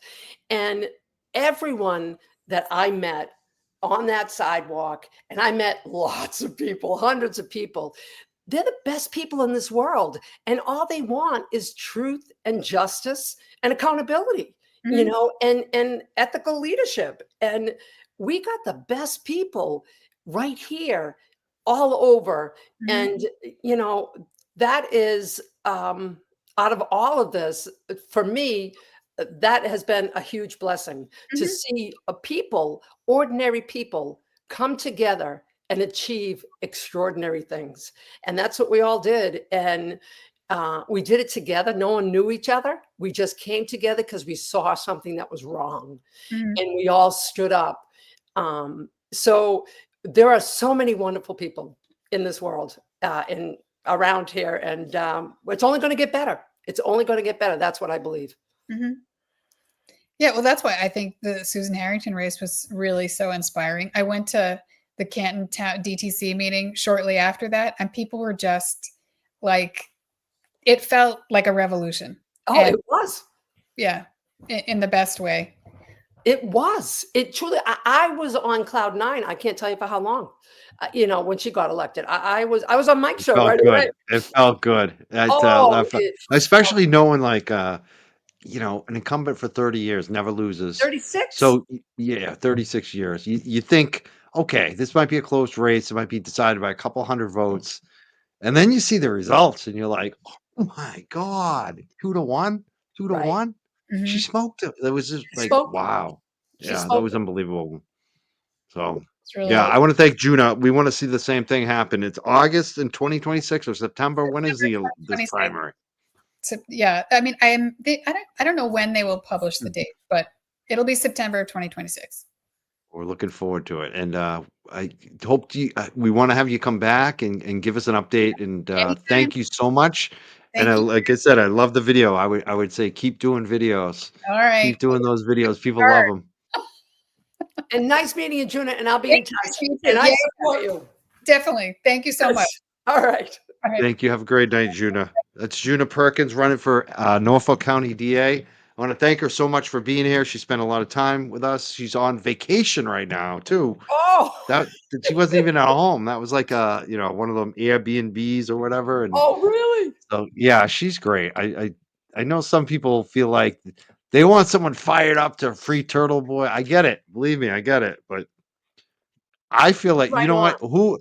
I would trust her to actually review the facts. And I know some people are frustrated. She doesn't know every detail. She's a working attorney. She's got a lot of other issues that she's, covering, and she got her clients, and she's trying to get elected. I know people want her to make Turtle Boy number one. I get it. I do get it. But who's going to be fair? She's going to be fair. That's the key. Yeah. Yeah, I think I think she absolutely is fair. And I'm encouraged. I'm encouraged. I mean, and it takes a lot of guts to come out when she came out. Exactly. And nobody else has come out. You're right. You're right. That's what I like about her too. Like someone questioned her, like, why didn't you say this about the, murder too beforehand? She's like, I did. I did. I put out a statement in writing, and like it was just like that was such a good moment tonight because she did. She called out a lot of this stuff. And if some folks are like, oh, she doesn't know anything about the Karen Reed case. Did you see the video? Did you watch the video? Like yeah. She's the first one to have spoken out, and she's spoken out for at least a year now. And I commend her. Other people, other cases too, and like I like what she said tonight, that she's represented victims like her entire career. She's managed DA's offices. So she's got experiences managing. She's done this. She's already done this. And the victim thing is such a big deal when you look at what's been going on in Norfolk County, because, beyond Karen Reed, there's Sandra Birchmore, and there are other victims. We've heard from them. There's been a lot of victims, a lot of people that haven't been treated correctly by this office based on who you know. Yeah. She cares about victims more than who you know. You can tell. Like I feel that Juna cares about this stuff. Yeah, I got that too. And the fact that she has worked with the victims, she has the empathy, she has the compassion, she knows how they feel, and and the impact that it has on him. So that she really wants justice, and I'm excited about her. I really am, and I think she's going to do great. Yeah, me too. Kate said, does Brian from LTL know about it? He definitely does. They were talking on the show last night, not knowing who's. Well, I think he doesn't know who the other candidates are. He knows Juna. Juna was on his show, so uh, hopefully she goes back on LTL show too. I asked her about Howie Carr. She said she'd do Howie Carr tonight. Right. You need to talk to, we need to align. People need to Hopefully align. Howie will have her on. Well, yeah, that's the thing. I'm being a little presumptuous, but I'm sure he will. He wants, I'm sure he he wants will. me to call out. I think he will because he definitely showing interest in the race. Like his big thing is like we got to figure out who's the one and get behind them because he's worried there's going to be like a four. That's why I asked her about who the other candidates are. He's worried there's going to be like a 4 or 5 person race, and then Morrissey will come somehow win with like 20%. All Yeah, we Howie can have cares that. about is anybody but Morrissey. I mean, Right. that's really where I am too, but I like Juna. And I I like like the Juna fact a that lot. I like the fact that she's campaigning. She's coming on these shows. Like, anytime I ask her, she's like, what, next Thursday? Whenever. Like, she gets back. Like, that's the other thing. I've worked with, you folks should realize that I've talked to very many politicians. I'm looking at a private message from Juna right now, just to make sure I'm not. Yeah. Okay, yeah. So basically, on politicians coming on the show, like I booked a lot of them, and I've had a lot of interactions with them. Like, let's put it that way. And the thing I really that stands out a lot of times to me is how proactive they are in kind of just getting back and responding. And she responds right away. And that shows that she's on it. She is on it. Like half the time I'll message her. I think the first or second time I was booking her, like I didn't check it for a few days and she had like instantly responded because I didn't expect it. Usually a politician, a lot of times, even these campaigns, they take like 2, 3, 4 days to get back to you. Those are the quick ones. She gets back quickly. That shows that she's on it, that she's proactive. I like that. Yeah, I It's a good agree. sign. Yeah. Excellent sign. Excellent Yeah. sign. She's courageous. Even the event that she went to in May, where the woman said, "Do you know where you are?" And she said, "Yes, I do." And she kept talking. I love it. Yeah. I love it. I Too. love it. I love that she went But into Quincy too. She's not afraid, yeah, right to the heart of the that's beast. that's what we need. Somebody with guts. And by the Yep. way, it's a woman. Yeah, it's a woman. Okay. I gotta say too, like if you know Tim Bradel like I do now, Tim's not a liberal. Yeah. Like Tim is, and he likes her. You can Yeah. tell he likes her. He likes her. He's like, yeah, I like everything, but she's a liberal. Like, Oh, yeah. I bet he votes for her. I Yeah. bet he. Well, I don't know. Actually, I think he might be inside. I'm not sure where Tim Bradel lives, so I don't know. Yeah. But if he was in the district, I bet he would vote for her. I bet he would. Yeah, I don't know what district he's in. I don't either. I think he knows two of them. I think he knows her and somebody else. I think I did see a clip with him, and he was non-committal because I don't know. I think he knows two of the, and he knows her and he knows somebody else. But in any event, You know what else I liked about her tonight too? I just picking this up, thinking about it. When June is on the show tonight, she's like, "Yeah, I listened to your interview with Tim Bradel." yeah, yeah, You know what I'm she's saying? Like, yeah, the people need to think outside the box here. Do you absolutely think any other candidate's going to listen to an interview with Tim Bradel? right, right. She exactly Juna's willing to put in work, and I got to say about Juna too. Like, some campaigns, some candidates, they don't have a job, and this is all they're doing is campaigning. She's still running an office. yes, She still has defense practice. Like, she's running a full-time campaign and a full-time career right now. So yeah. I think that people have to give her a little bit of kind of a break. Like, she's not, she's doing 2 things at once. So of course she's not going to know every detail Right. about everything. People need to appreciate people have full-time jobs. People and here's somebody with a Some full people forget because they're not working. A lot of people out there don't work. I'm exactly. nothing against it. A No, lot of people nothing against it aren't either. But working I because work. they have medical issues or whatnot, or they're rich. But a Right. lot of us have to work, so it's not Exactly. easy to do all this stuff on top of your work. No, and campaigning is not easy, and that's on top of her full-time job. So, I being I've worked my whole life, Yeah. it's tough. It's tough to take on other things while you're working, but here she is doing it, and that Yeah. is commendable. It really is, and it's what we need. We need somebody out there to do what she's doing. I love MJ is my top moderator. Sarah and Shock and Horror is another one. We have some great mods, but M's the longest running one. I talk to her about almost everything. I always ask her how she feels about people because she's really good at reading people. She's Yeah, almost never wrong. She calls stuff on people right away. And she just, what did she say? She said she's paying attention. She would be willing to learn about any of our concerns. yes, And that's the thing about Juna. She listens. When she says, I would listen to people, that's the key. And absolutely. I gotta say, my own experience with Juna, she's exactly like that. When I sent her the screed kind of about what's going on with these jurors this week, because I was freaked out. Like these jurors are getting harassed.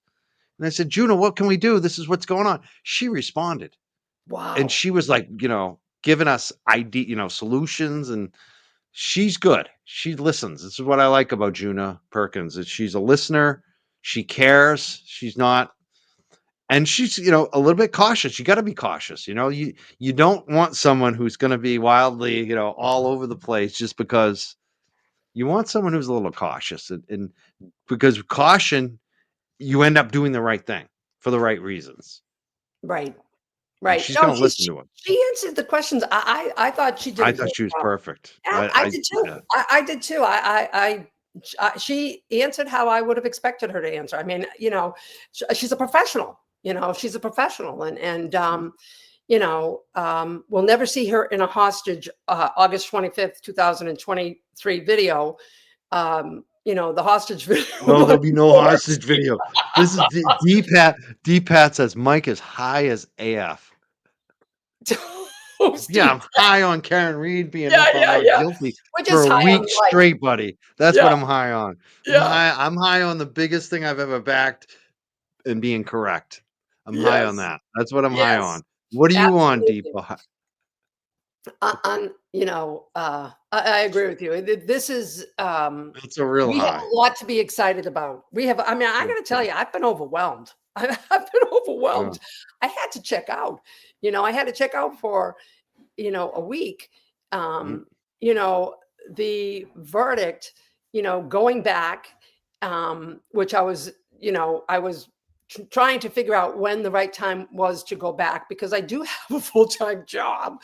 Yeah. And last time I was out of work and I was out of work 5 months because of the impact everything was having on me. And when I went back, it was unbelievable. It was so good to be back. And then I had plans to travel last Wednesday to go see my daughter. I had the plans for a couple of months and I needed to reconnect with my daughter. And I wanted that verdict to come in so bad before I left. And I had time off. I took sick time. And then the day before I left, I said, I got to go to work, and if the verdict comes, I'm only 5 minutes away. So I went into work and I said, listen, I'm on verdict watch. If that verdict comes in, I'm out of here. I got to go. And even though I was on vacation the next day. And so I left about 12:30 because it looked like the verdict was coming in. And I said, I got to go. I got to go. And so I left and I bought 400 flags because I wanted to raise them to salute the team and salute Karen and to cheer on justice being served by exonerating her. And so it looked like the verdict, when did the verdict come? Wednesday I traveled, so it must have been Tuesday. It was Tuesday. And it looked like the verdict might be coming on Tuesday. And that's when I left work. And I'm running down the street with my 400 flags in my house because I wanted to get in front of the court. And when they came out, I wanted everybody to have flags. Last year it was pom-poms to raise awareness. This time it was flags for justice.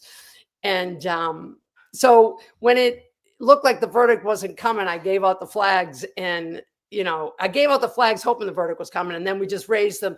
And it was an incredible sight to see. It was an incredible sight. And it was my way of saluting the team, saluting Karen. Incredible job they did. And it's still like you got to pinch yourself. Is the case really over? Is it really over? And Going away, it is. isn't It it? is. It's I not mean, over. the trial's over, The trial's over. but It's the not over. fallout's not. There's No, nothing it's over. not. Yeah. No. Canton is suffering.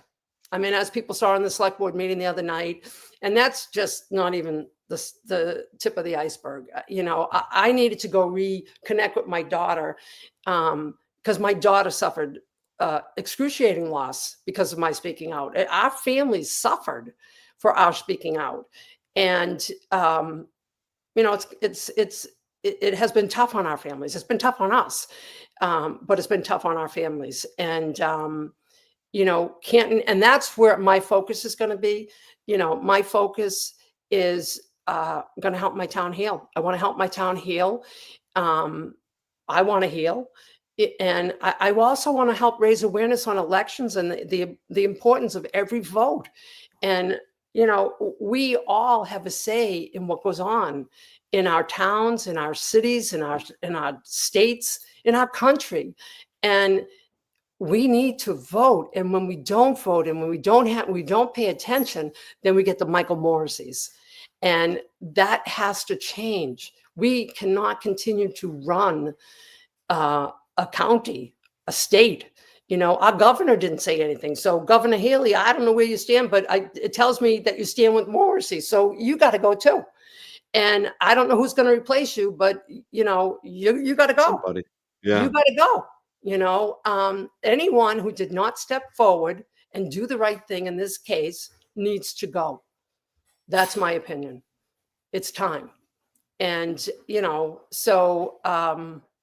look, Juna is going to have a lot of people behind her, and whoever runs for governor will have a lot of people behind them. This state has had enough. The town of Canton, if what happened in the town of Canton can happen clear across the state of Massachusetts, what a beautiful state this will be. Not that it's not a beautiful state, but we need people to rise up and pay attention and get out and vote for who you align with. It's so important.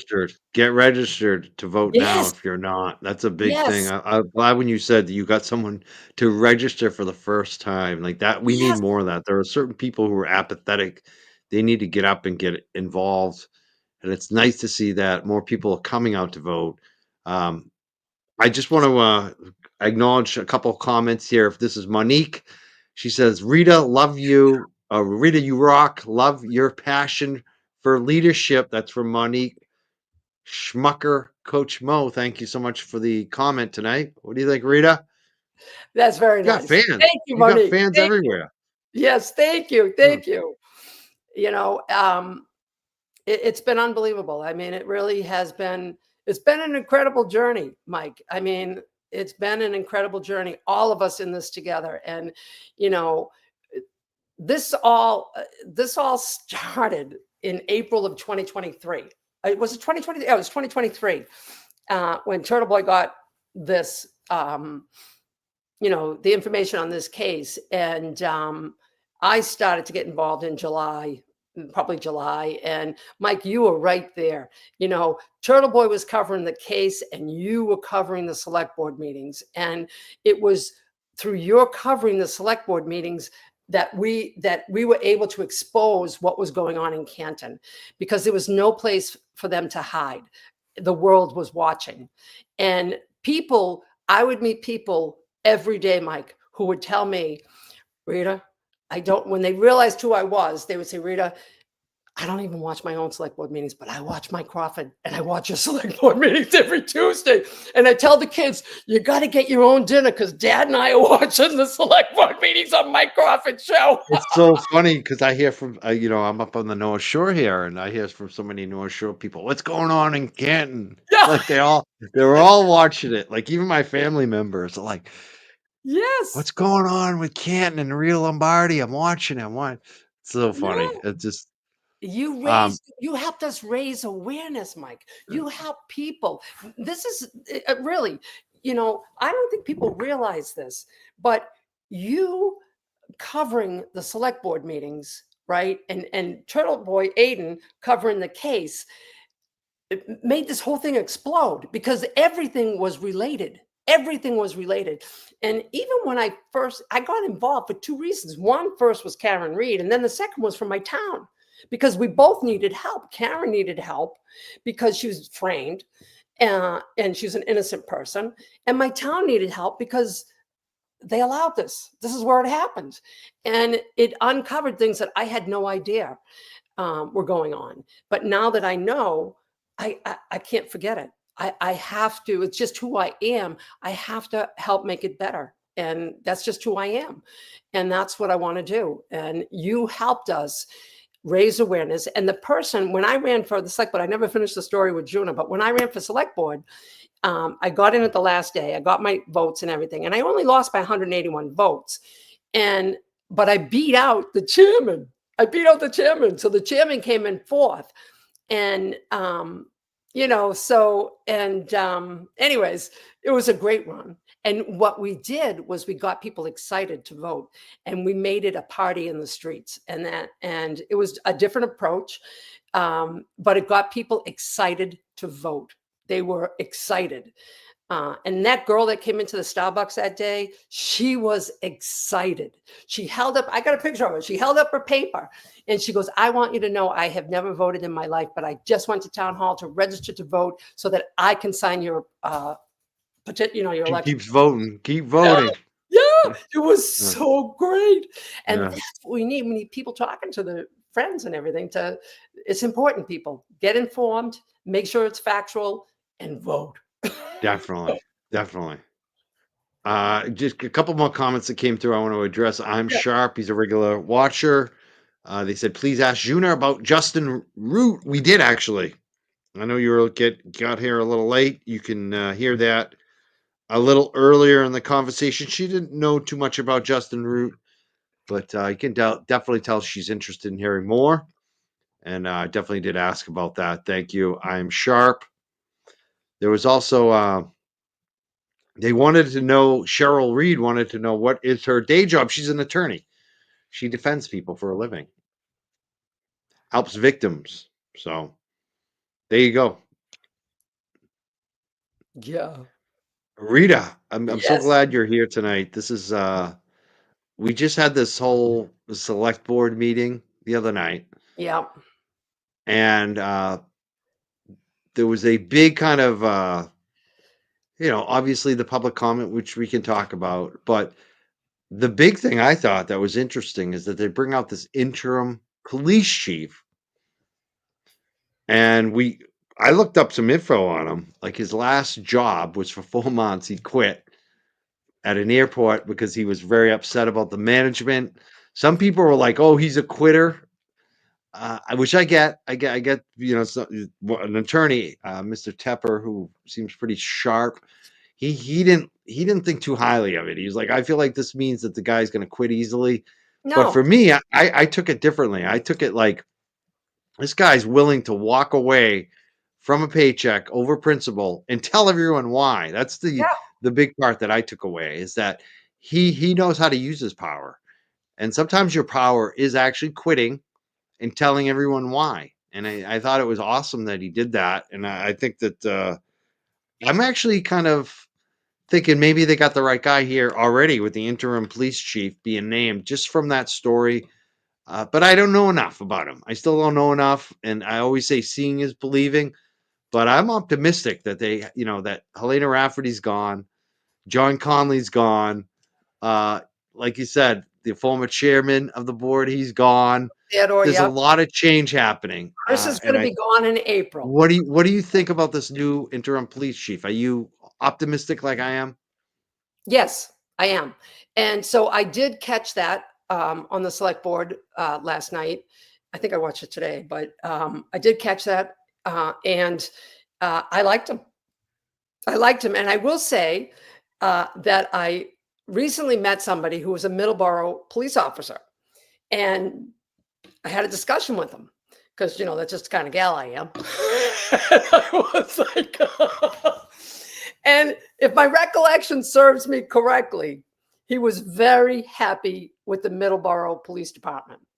And I just looked up before I got on your show to see if they were civil service, because I think civil service is the root of the issue. Frankly, I think that's the issue.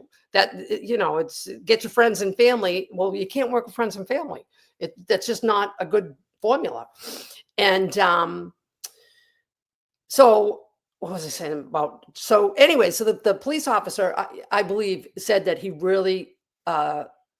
I forget. I just know that what he shared with me led me to believe that the Middleborough Police Department is working ethically. And that was encouraging to me. So when I found out that this guy was from Middleborough and he was the chief of police, and I haven't had a chance to dig into him because I just got back from my vacation last night, but I did listen to him. I do want to connect with him as a citizen of Canton. And I was going to go into the police department today to look at that black glass. And then I said, no, I'm going to wait until after Helena's gone and give them a chance to make it go away. I've heard from many people about that black glass, and that's got to go. And so I can't imagine day one, he wouldn't remove it. I certainly would, because it's a I wonder barrier. if it's so much of a cost to remove it now. I wonder how much it would cost to replace it. Well, I certainly hope that they didn't replace the glass. I certainly hope that it's just they were able to tint it. That's what I hope. I've heard, I heard differently, that they replaced the glass itself. I don't know though. I wonder. Well, if they did that, then that's a problem. That's a big problem, because I was thinking it was like a shade. I know, right? You know what I mean? I have was no idea. But if that's a permanent thing, that's a problem. That's got to go. So that's got to go. That's just not, that police department, and there are some good people in the police department. There are. I've had interactions with them. I've also had interactions with pretty shitty people who don't belong in that uniform. Yeah. They do not belong in that uniform. Service is what their job is, and some of them don't even know how to spell that word. But there are some good people there, and walking into that police department with the glass clear wasn't friendly. And so to make that glass black is horrifying. That just puts a wedge between you and the community. The same way that Helena wanted to put up a fence, and we shot the fence down. So Fivestone said they need a fence. Give me a break. I rode in that back parking lot. There is a fence there already. She may need additional sections, but she doesn't need to replace it. There is a black chain link fence there already that is in good condition. So, I don't know why they have to hide behind black glass. I don't know why they have to hide behind high-rise fencing. You shouldn't need to. Let's bring it down. Especially in a small town like Canton. Come on. Right. I mean, I don't have a high-rise fence around my property. I don't have a gun. Come on. You know what I'm saying? It's like they have the weapons. It's like, I know they have all the weapons. They can't protect themselves. I gotta acknowledge Monique too. She also sent another donation, and she said, "Beyond grateful for you and your mods, Mike." Oh, my mods are awesome. I agree, Monique. Thank you, Monique. And she says the world needs more people like you and 1,000 more voices like Rita's, who does the right things for the right reasons. She's a high road leader, in my honest opinion, for us. Thank you so much, Monique. That was awesome. Monique, thank you. Monique, that's great. I love our chat. Yeah, someone said black glass. Yeah, they got this new glass. When you walk into the Canton Police Department, they have glass that is like reflective. You can't see in. So and Ashley, I think that's her name. I'm screwing up her name again. A woman brought that up at the select board 2 nights ago. Ashley Bell. Thank you, Ashley Bell. Yeah, Ashley Bell. Yeah, she brought that up. I gotta say, I think like when Ashley spoke the other night, it kind of blew me away, because I was not expecting that. I didn't know much about her. I'm finding out more about her situation. I'm kind of just like I couldn't stop talking about it. Um, do you know anything about Ashley? What do you know Not about a Ashley? lot, not a lot. And I know she's been on both sides. And I really and like what she said the other night, I wasn't really sure where she was going because I don't know. She said, I really, you know, I would have liked them to let her finish because I think that she is a victim of some stuff. oh, I think she's a And victim too. Oh, I think yeah, she's a victim. yeah, I and that, absolutely, that and that's what I'm most. That's what I want to hear. I'm not. yeah, I'm not so much interested in how she feels about like each side and all that other. I don't care. I really don't care. yeah. I Because, like wasn't I sure said, what her point I was. feel like she's a victim. I want to hear about her, like what they did to her. Like she's a survivor, and I think she needs to be heard. I really feel like she needs to be heard. Yeah, I agree. And I think Like someone said, I wanted to hug her. I don't even know if she wants a hug, but I felt the same way. I yeah, feel like I feel like she needs to be heard. And yeah. it's She it's needs just to. frustrating when like all of you go up there and you give you 3 minutes and she's halfway done and they're like, oh, gotta go. It's like, are you listening to this woman? Like, why are you cutting her off? I know I like JR. I think he's a good guy, but I swear to God, these select board rules, it's like, why don't you just let her go? Yeah, right, right. Especially someone like her. Right. I agree with you. And I do think that JR has relaxed it a bit. And Yeah, I do I too. do think He actually did let her go because we recorded it. It was a little more than 3 minutes. He did actually let her go, and I yeah, think JR is a nice guy. I like out of all yeah, the guys on the board, I think he's been the nicest and most caring of them all. yeah, I absolutely agree with you. And I know he's up for re-election in April, and I know Chris Albert is. Of course, Chris Albert doesn't stand a chance. Um, and I do hope that anyone who is not considering voting for JR, I hope that um, in these next months up until the election in April, that he shows them what he can do. Before he was under Tom Theodore as the chair, and then Mike Lofgren. Now JR's the chair.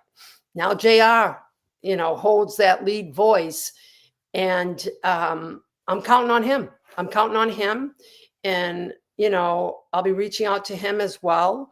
I didn't reach out to. I mean, I did reach out to Tom when Tom was chair, and I think Tom. I mean, I like Tom. I think Tom was just in the wrong job, and um, Mike. Mike wasn't listening to anybody.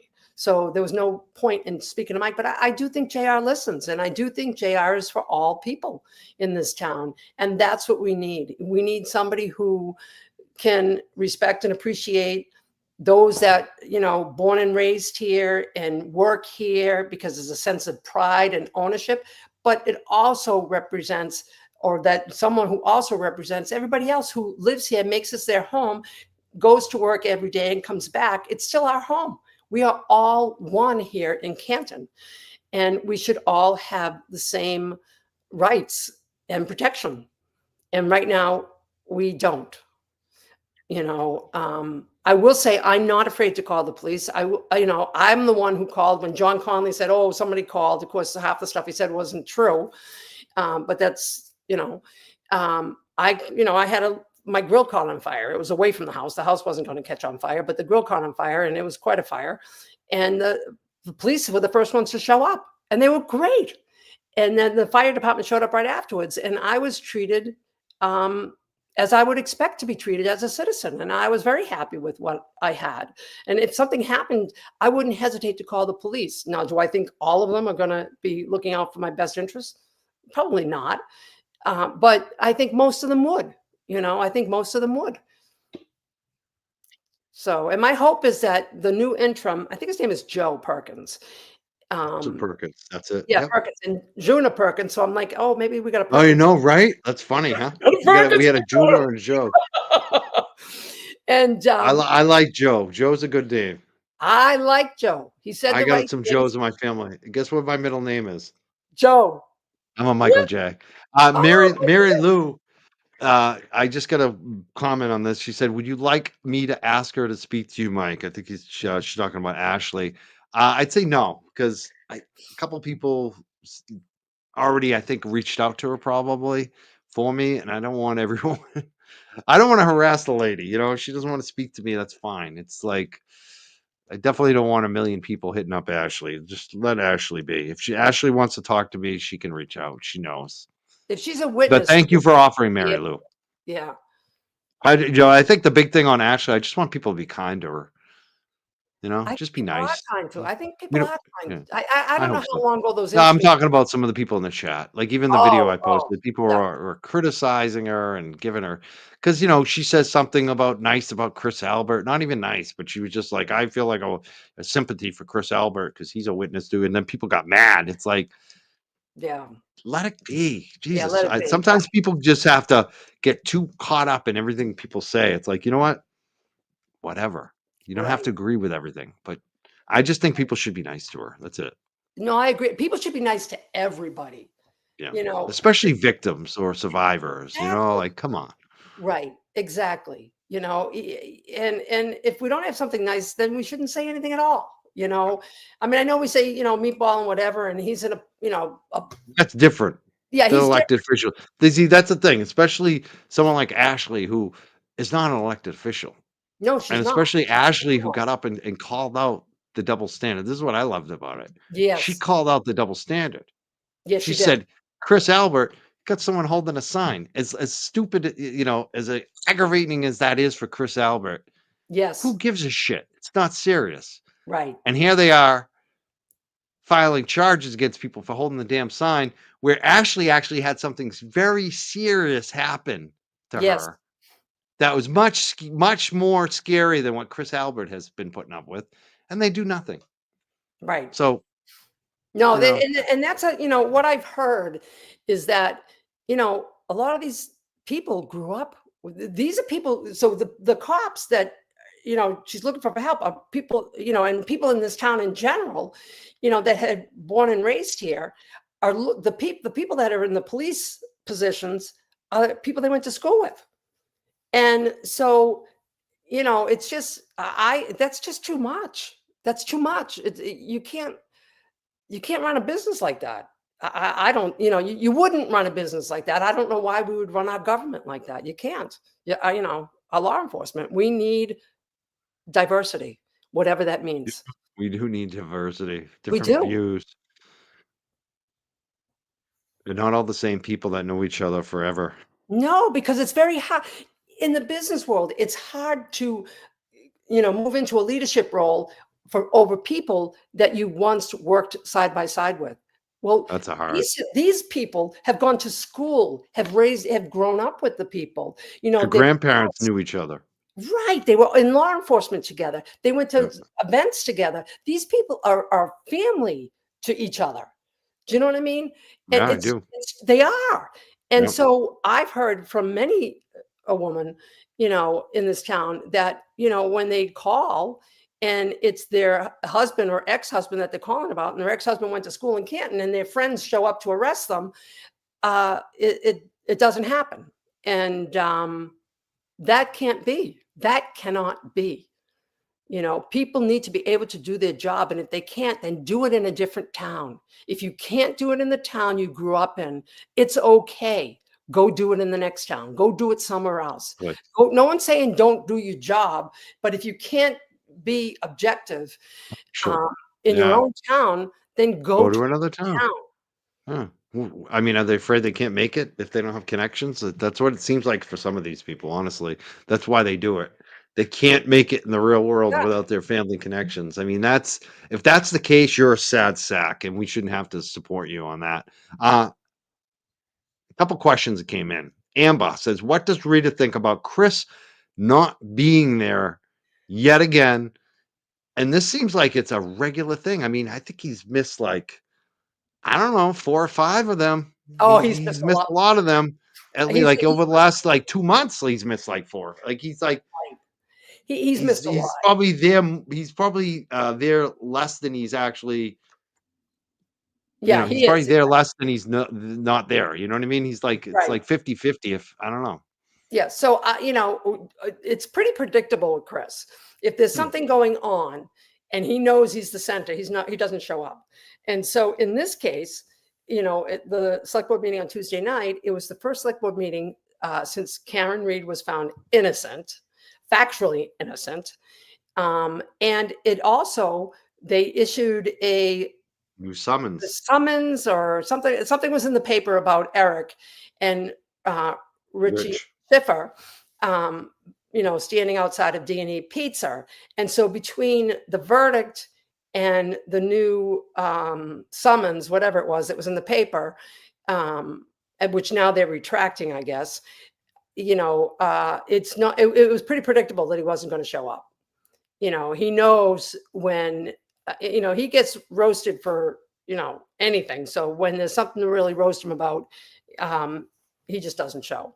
So, not that I would have roasted him. It's just, he's gone in April, he's gone in April. He's not going to go any sooner. And, I'm going to put my energies into what's going to make a difference for this town. And I am going to, and I did hear the woman, Kitty and Michelle from the church. Yeah, what's up with that? Because I remember Kitty seems so nice. She's so sweet. But I ran into Kitty. Did I tell you about when I ran into Kitty, how it happened?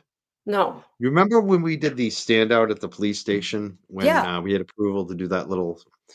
So I think I either got there late or I didn't want to do the march or whatever. And I ended up parking in front of that church.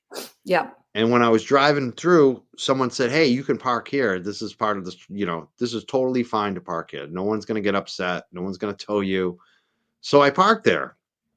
And as the thing is ending, I'm standing there kind of, on their property, I guess, a little bit, and we're talking.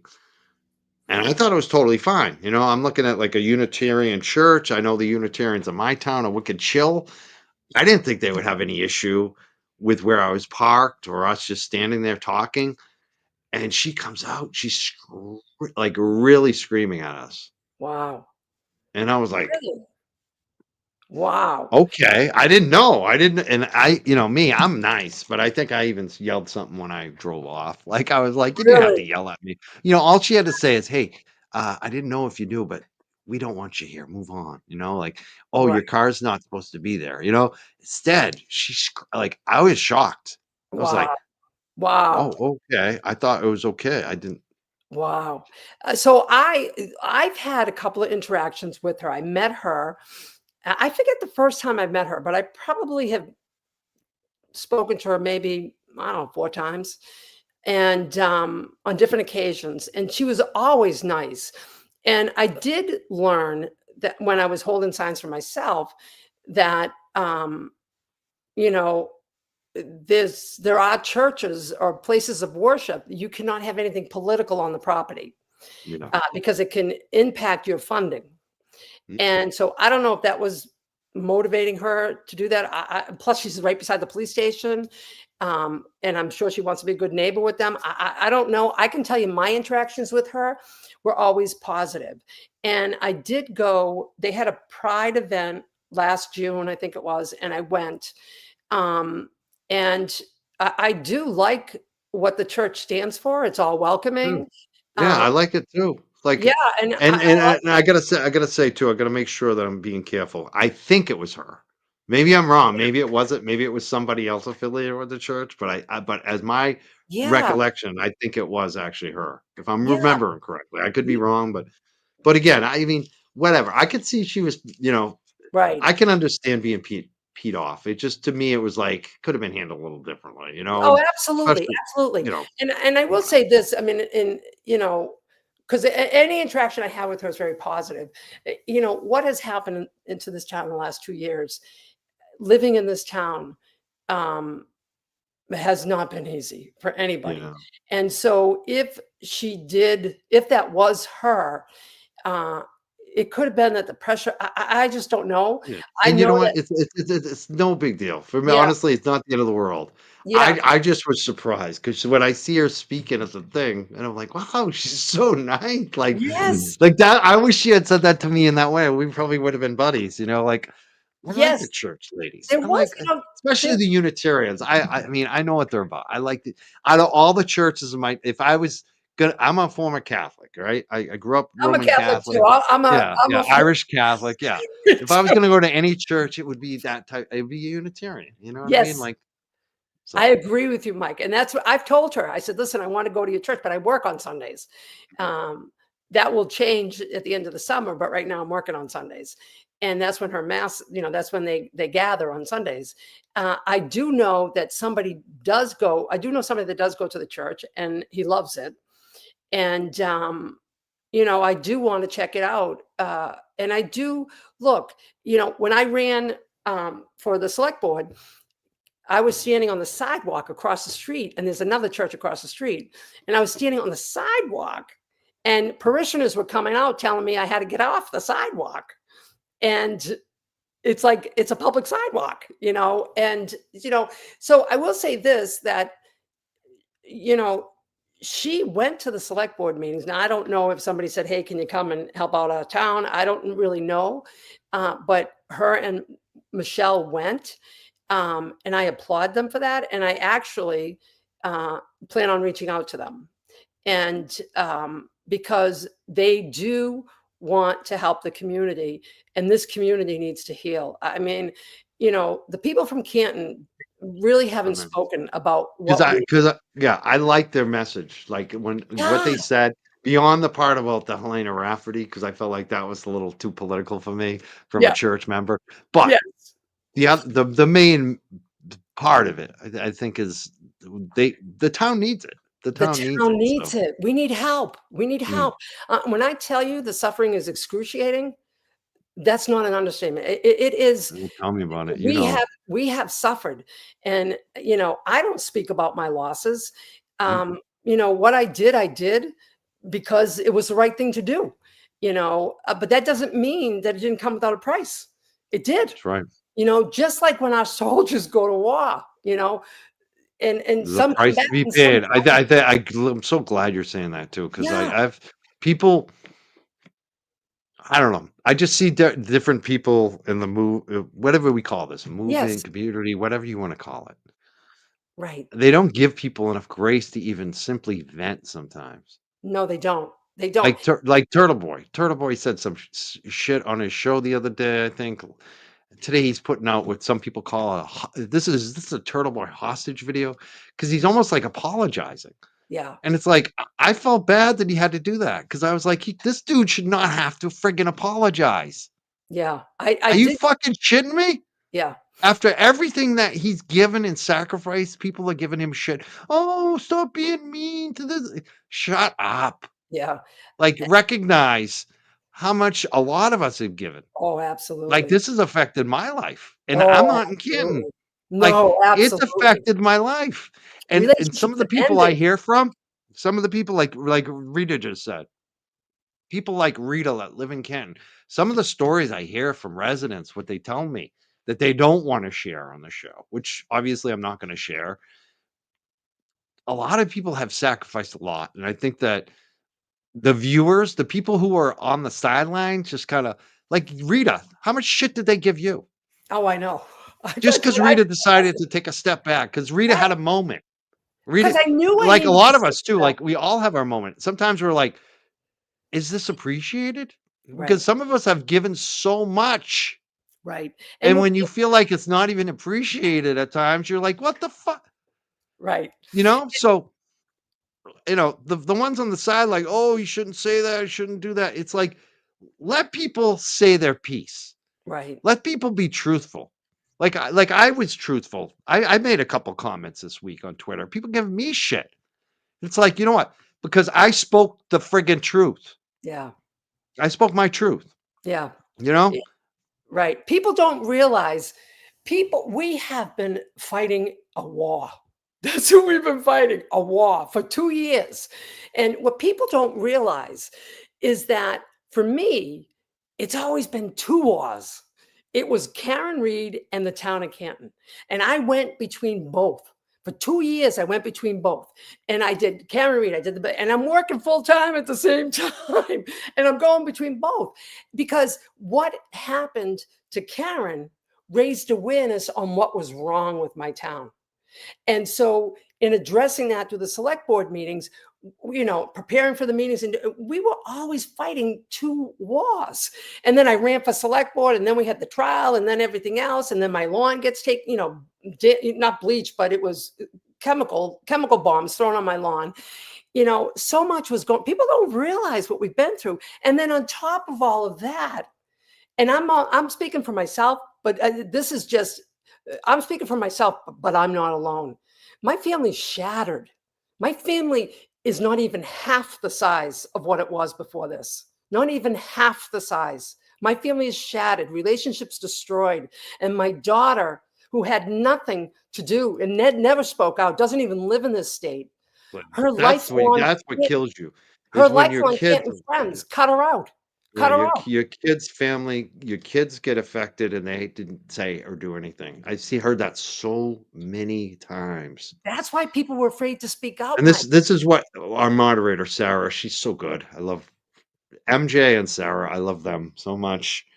They made some great comments tonight. Sarah says, without being told how to feel. This is the part that pisses me off. Yeah. Is when Turtle Boy's just saying, hey, it is what it is. It sucks. I'm not happy about it, but whatever. People are telling him how to feel. Yeah. They're like, oh, you shouldn't feel. Shut the hell up. Right. Stop telling Turtle Boy, who gave everything up, how to feel. They Right. did that to me too this week. Telling me how to, you shouldn't take it that way. Don't tell me how to feel. Right. If you haven't been in the shoes, if you haven't Right. given like everyone, don't tell us how to feel. Right. Let us have our feelings. Hopefully we'll get over that feeling from, you know what I mean? Like, Exactly. they did it to you. I've seen them do it. And these are our supporters. These are free Karen Reed people. This is what drives me crazy, is when our own people can't just give people grace. Give people a little grace. Right. Let And us that's have feelings. We're freaking human beings. Right. One of the things, there was a YouTube, not a YouTuber, a TikToker who got a big interview with Barros this week.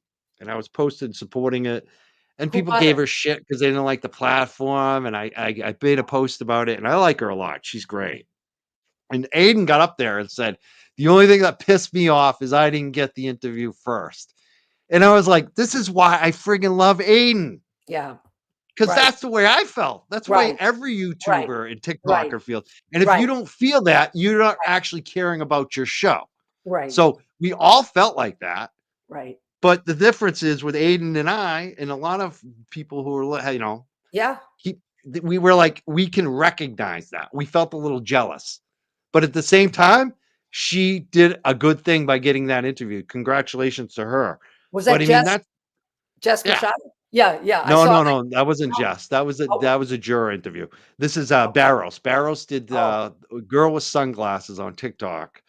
Oh, and I don't know. she got the big scoop. Really? I know, yeah. She did good. But it just drives me nuts sometimes. It's like, let us have our feelings. Let us express them. Stop telling us what to do. I'm so tired of that shit. And the people that get up and like, you should do your show this way. You should, when they're telling Aiden Carney, who didn't invest anything in this, no corporation behind him. He's got 10,000 people watching him every night. And you're telling him, oh, if you stop swearing, you'll gain more listeners. Where are your listeners? The person sending that message to Aiden. I mean, these people, some of the listeners and viewers, I just get so frustrated with. I got to say it.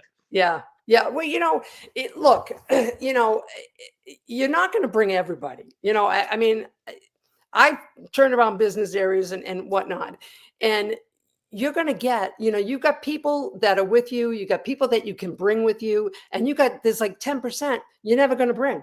So I always try to remember this 10% I'm never going to bring. So I'm not going to spend a lot of time on that 10%. I'm going to spend my time on the ones that I already got and the ones that I know I can bring along. The 10% that's never coming, good luck to you. Yeah.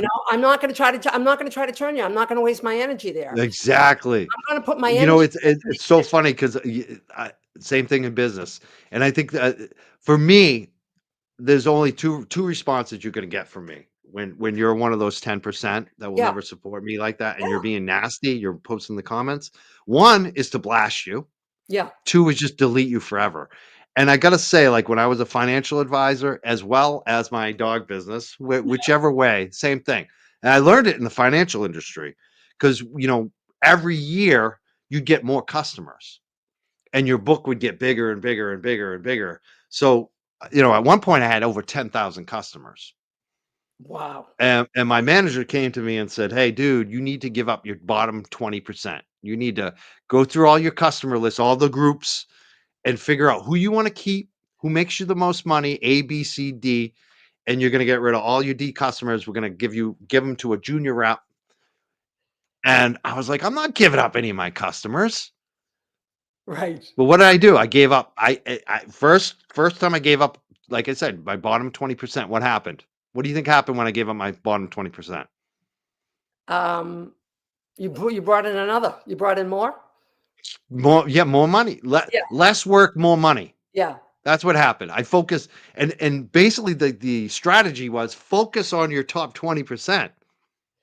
You're Yeah. wasting your time on the bottom 10%. Now, some of my bottom 10% I kept because I like them. Sometimes you'll Yes. keep them just because you have a personal relationship, you want to help them. But Yes. a lot of them, you look at them, you're like, I don't really like these people and they're wasting all my time. I'm making no money off of them. Get rid of them. Focus on Right. your and so Exactly. that's everything in life. Like when you have and Everything. I look at it the same thing as the viewers and listeners. Yes. I do. I do. And so Yeah. if It's you're the in same. my bottom 20% and you're giving me shit, wasting my time, dink, Yeah. goodbye. Right. And they get all mad. They're like, "Oh, Mike has a no." I've determined you are not worth my time. Yes. Yeah. That's what you got to do. I mean, look, if somebody wants to, be open and have dialogue and constructive dialogue, great. If you just want to, be a negative and, then it's just not worth your time. It's just not worth it. Did I say dog financial advisor? I used to be a financial advisor. Yeah, I you was said a the right financial thing. advisor for 10 years. I started out at Fidelity. I worked at Pioneer Investments. I worked at American Express. And the most of my career for that, 10-year run was at AIG. But then later, I became a dog walker for people that don't know. I'm in the dog care industry now. So both of those businesses, I did the same principle. You got to get rid of your bottom 20%. That's Yes. it. Get Yes. rid of them. I do the same thing with the viewers. If you're giving me too much aggravation, delete. And some companies get rid of their 10% every year. They get rid of their Yeah. 10% lowest performers every year. And that's what at first I was like resisting it. And then I realized when I did it, I made more money and worked less. Yes. And then I was like, Because they want it, let's do it again. Let's do it right, again. I because they kept want doing you it. to grow that. They wanted you to Yeah. grow that. Right. And then you let the hungry guy in the office. I mean, that's how I started too. It was like I worked for these two senior reps and they gave me all their crumbs and I made a lot out of it. And they were like, Yeah, "Oh, we'll give you more. We'll give you more," like that's so it's the excellent. same thing. It's the same Yeah. thing. This is business and life advice.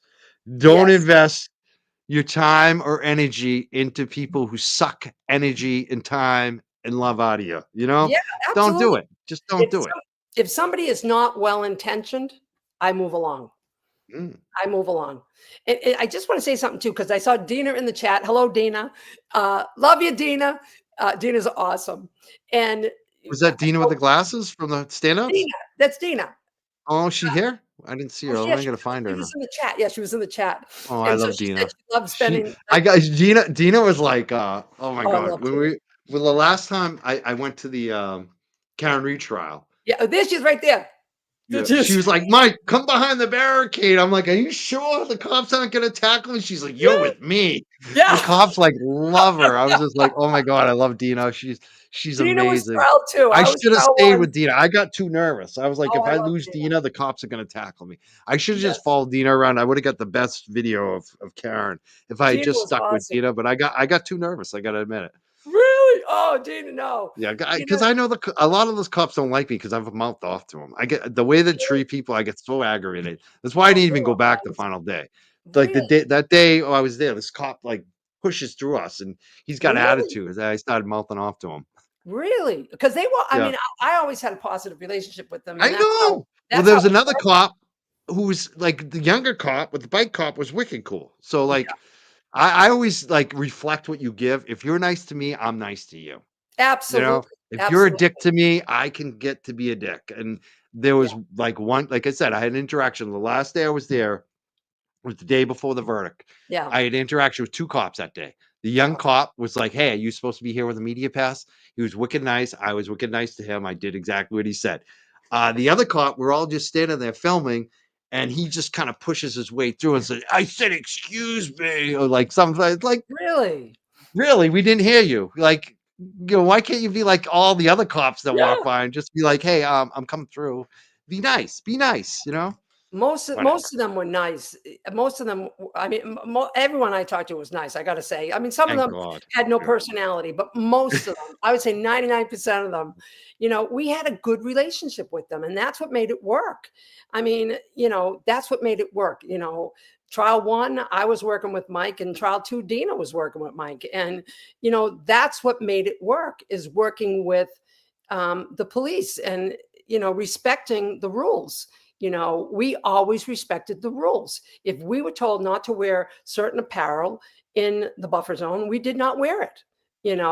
If we were told, we not to have signs, we didn't have them. And so people did that. And when I went back, I stood at the registry of deeds, and it was unbelievable. It was trial 2 all over again. It was people came for the first time. People told me, "Rita, this is my first time here. I came alone," this, that, and the other thing. We welcomed everybody in. It was so good. And I want to say, because I know, like, somebody said something about not being there for the verdict, because Gina said that she was happy to be with me at the verdict. And I wasn't there verdict day. I wanted to be there so bad on verdict day. And I even left work the day before thinking it was going to be verdict. That's what I did. And I had We were that both, with yeah. the 400 flags. I mean, we Yeah. stood out there with the 400 flags, and it was a sight. And I know cameras got it, so I know it's going to show up somewhere. I just don't know who, but I was. So even though I went to visit my daughter and she lives in another state, I left early Wednesday morning, the verdict day. I was listening all day, and when it came time for the verdict, I was FaceTiming Bonnie. So my fiance, Phil, was in the crowd, and he actually, spoke to Mrs. Reed afterwards. And Allison, I love Allison. Allison was our photographer, Nice. her and Brian Hale, our Yes. beloved photographers. Great. The two of them have books. I can't wait. They got to have books come out with their pictures, because they caught every moment of that. It was unbelievable. But the day of the verdict, I couldn't be there. I needed to be with my daughter. I needed to maintain those plans. But my fiance was there, Phil. And I was FaceTiming with Bonnie. So even though I wasn't in the crowd, and there's a picture, Allison has a picture of Bonnie with her phone in her hand. She's FaceTiming me. So I couldn't be there physically, but I was there mentally, and I was watching it with her, and I was with my daughter. And just before the verdict came down, I have to show you this, right? I'll be right back. Hold on. Hold on, Mike.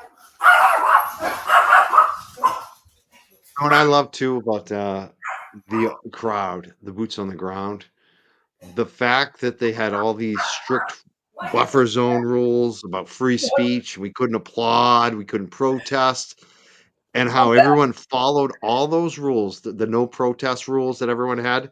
And then the moment that they know they can let out their appreciation and their applause after Karen's verdict came down, the Oh, roar of that crowd, that was like I just had so much appreciation for the crew there because, like you said, Rita, they followed the rules. They yes. put up with all that police presence, all that police bullshit that was going on. Because I know, like you said, there were a lot of cops there who were nice, but there were some that weren't as nice. Let's Oh, be that's true. That's true. fair. No, they weren't. And even if the cops are working nice, there were so many cops there at times. There's like and there's so many rules, and people put up with it. People followed it. Yeah, we did. And when we finally got to legally speak by law, everybody let out the noise, and it was Right. just it was amazing for me. Even though I was, like you said, I was watching at home. I had been there the day before Yeah. to I had see watched. everyone give that kind of celebration and that cheer, and to know that they held it in. We all held it in because we wanted to follow the law. We didn't want to disrupt. We didn't want to jury tamper. We didn't want to have anything look bad for Karen. So we all voluntarily followed the ridiculous buffer zone rules for the most part. And Yes. then when it was time to applaud, when it was time to cheer, then we heard the people. And it was Yeah. just, that was like magical to see that. It was, I'm going to tell you something. So I'm FaceTiming with Bonnie. So I'm in the crowd, even though, and Allison gets a picture of that, which is awesome. So even though I wasn't there for that historic and monumental moment, I was there on the phone.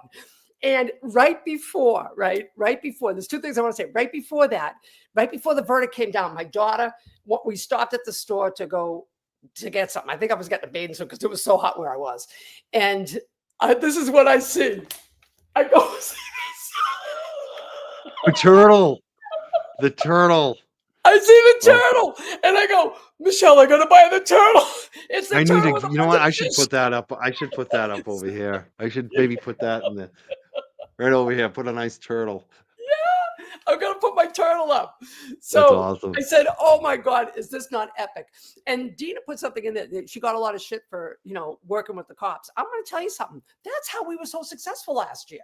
It's because I partnered with the cops. We did what we were asked to do, and they helped protect us. So not only were they protecting everything else, they were protecting us too. And there were a couple of times we needed their assistance, and they came. And I believe that what you saw, that picture that David Yannetti posted, what they saw when they came out, that was a result of the partnership that we had with Mike Hardman. So people could say whatever they want, but Mike Hardman was in charge of that security. And he didn't have to make it the way he did. I saw the way that was set up, and they didn't have to let people into the street, and they did. And I believe that's a result of the partnership that the supporters, Karen's supporters, had with Mike. And otherwise, they could have easily said, you just stay where you are and you're not coming over. And I commend them for that. Whoever made that decision, I commend them. Too. Thank Because God. I mean, that's the best way to do it. That's the It was best way on both sides. I commend both Yes. sides because you know what? Like I've been in the same situation with it's funny. My friend, long term, he's the guy who actually one of the guys who encouraged me early on to get me started back when I was doing the cannabis activism. Yeah. And we ran the hemp fest every year, right? The cops would show up and arrest everyone for publicly partaking when it was illegal. Yeah. And he used to run around. He put the pig nose on because they had undercover cops busting Yeah. people, and so he'd run around with a pig nose and like basically alerting people so they wouldn't be arrested. And that's when I first became aware of him and what they were doing. And then I got to know him over the years, and he and I used to go to the public hearings, and especially we'd meet with the same cops that he's chasing around with a pig nose. Yeah. We're meeting with. And I said, Bill, do you hate cops or are you trying to work? I want to work with them. I want them to respect us, he said. Yes. And eventually they came around.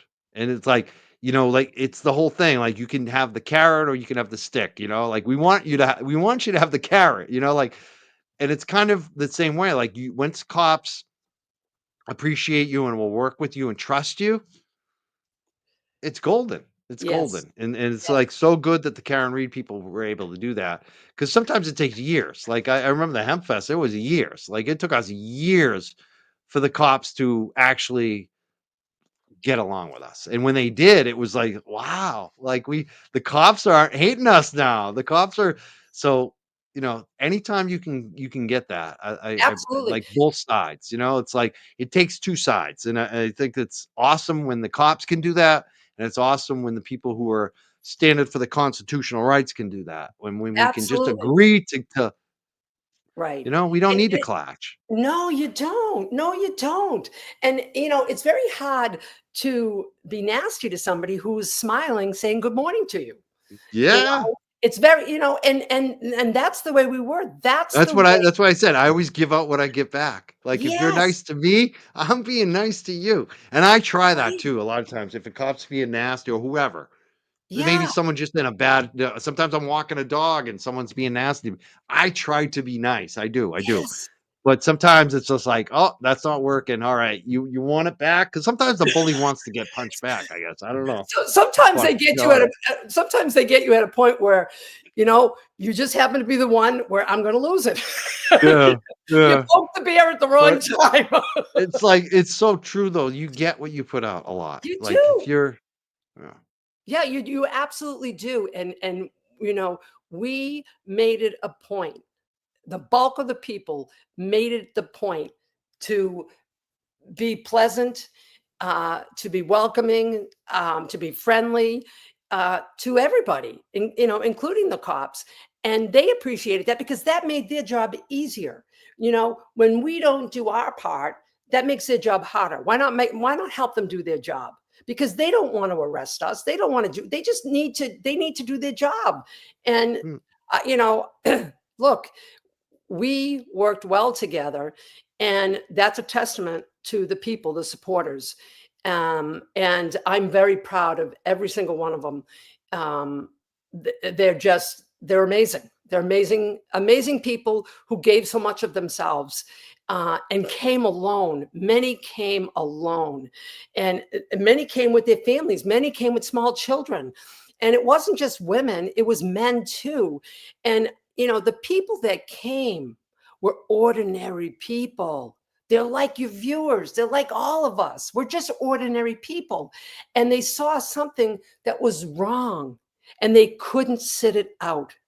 And the power of everybody else raising their voices, and raising their voices loud to be heard, to get the word out. I mean, all of us back then, Mike, all of us, all we wanted to do is push that message out, push it out. We need help here.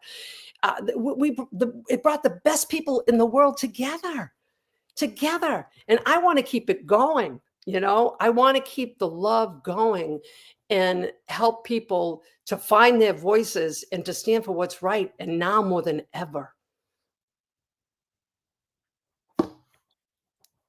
Thank God for the buffer zone. Alice and Jason, absolutely. Allison and Jason, absolutely. Allison, Jason, Lisa, and Sam fought so we could be on the Registry of Deeds, and so kudos to them. Kudos to all of them, because of them, we were able to sit at the Registry of Deeds and just be us in support. And so Karen saw us all right there, and her team saw us all there right in front of the courts. And that was because of Allison, Jason, Lisa, and Sam, and them pushing for what was right. I know several of them, and they are the nicest people. Thank you. I do want to thank Mazza Media too, who reposted the stream. Thank you, Mazza. Hey, Mazza. Yeah, hey, Mazza. There's another comment that came in from M, and she said, Dena had an excellent interview, Mike. I wish we would show. Where is it? I haven't seen it. Do you know what she's talking about? No? No. Excellent. We'll take a look at it later. Yeah. Dena's fabulous. I love Dena. My other moderator said, Sarah says Mike needs to tell her to go to bed. I wonder who she's talking about. Who was I bagging on to say? I don't know. I don't know. Somebody needs to go to bed. That's one of my lines now. Is it? No, actually, I don't tell them to go to bed. I tell them to make their bed. Clean your room and make your bed. That's what I told Coffindauber. I think it was Coffindauber. Said, folks, she's telling us. She's telling LTO, don't you dare come to Idaho and cover this case of the Idaho. And I'm just like, that lady needs to go clean her room and make her bed. Like, she's in Massachusetts. She messed up Massachusetts, and now she's telling us to stay in Massachusetts. I'm like, why don't you clean your own room, make your bed? Just, I guarantee you, Coffindauber doesn't make a bed. I guarantee you she's got a messy bed. I guarantee you she is messy. Yeah, she's something else. Her and Wendy, and Yeah. Oh, can you imagine what Wendy and Grant's house looked like? Oh my God. How's Grant? I haven't seen Grant. Hasn't been anywhere. He hasn't been anywhere, huh? He's in the bunker because he got monetized. He got monetized on YouTube. So he's like, if I go live for like 8 hours, I can have enough money for a $10 bag of weed. Like he's finally getting paid. We finally got Grant to work. It's for YouTube. YouTube money he's just all over it. He's like, Oh I'm my gonna get paid. I'm gonna get my disability check, and I'm gonna make some YouTube money. Do you see some of the shit he's doing right now? No, I've been checked out. Oh, I really. it's the Karen Reed jurors are Egyptian spies. It's a geopolitical event with Russia, and Are you it's kidding me? really intense. It's really wild. You should check it out. Yeah, Wow. he's Wendy got must be some new filling his head. theories. Wendy must be filling his head. Oh my god. It's Oh, like, is there lead water in Belmont? Like, what's going on over there? He's just oh my, like, I mean, I thought he was gonna stop when he labeled me the Vatican assassin dog walker, the CIA Vatican assassin dog walker. I thought it would end there, and yeah, then when he went on GBH and talked about hiding in safe houses from Russian oligarchs and people made really? fun of him, I thought it might stop there. I thought he might actually get a clue that no one's falling for his "I'm Wow. very important and the government's after me" shtick.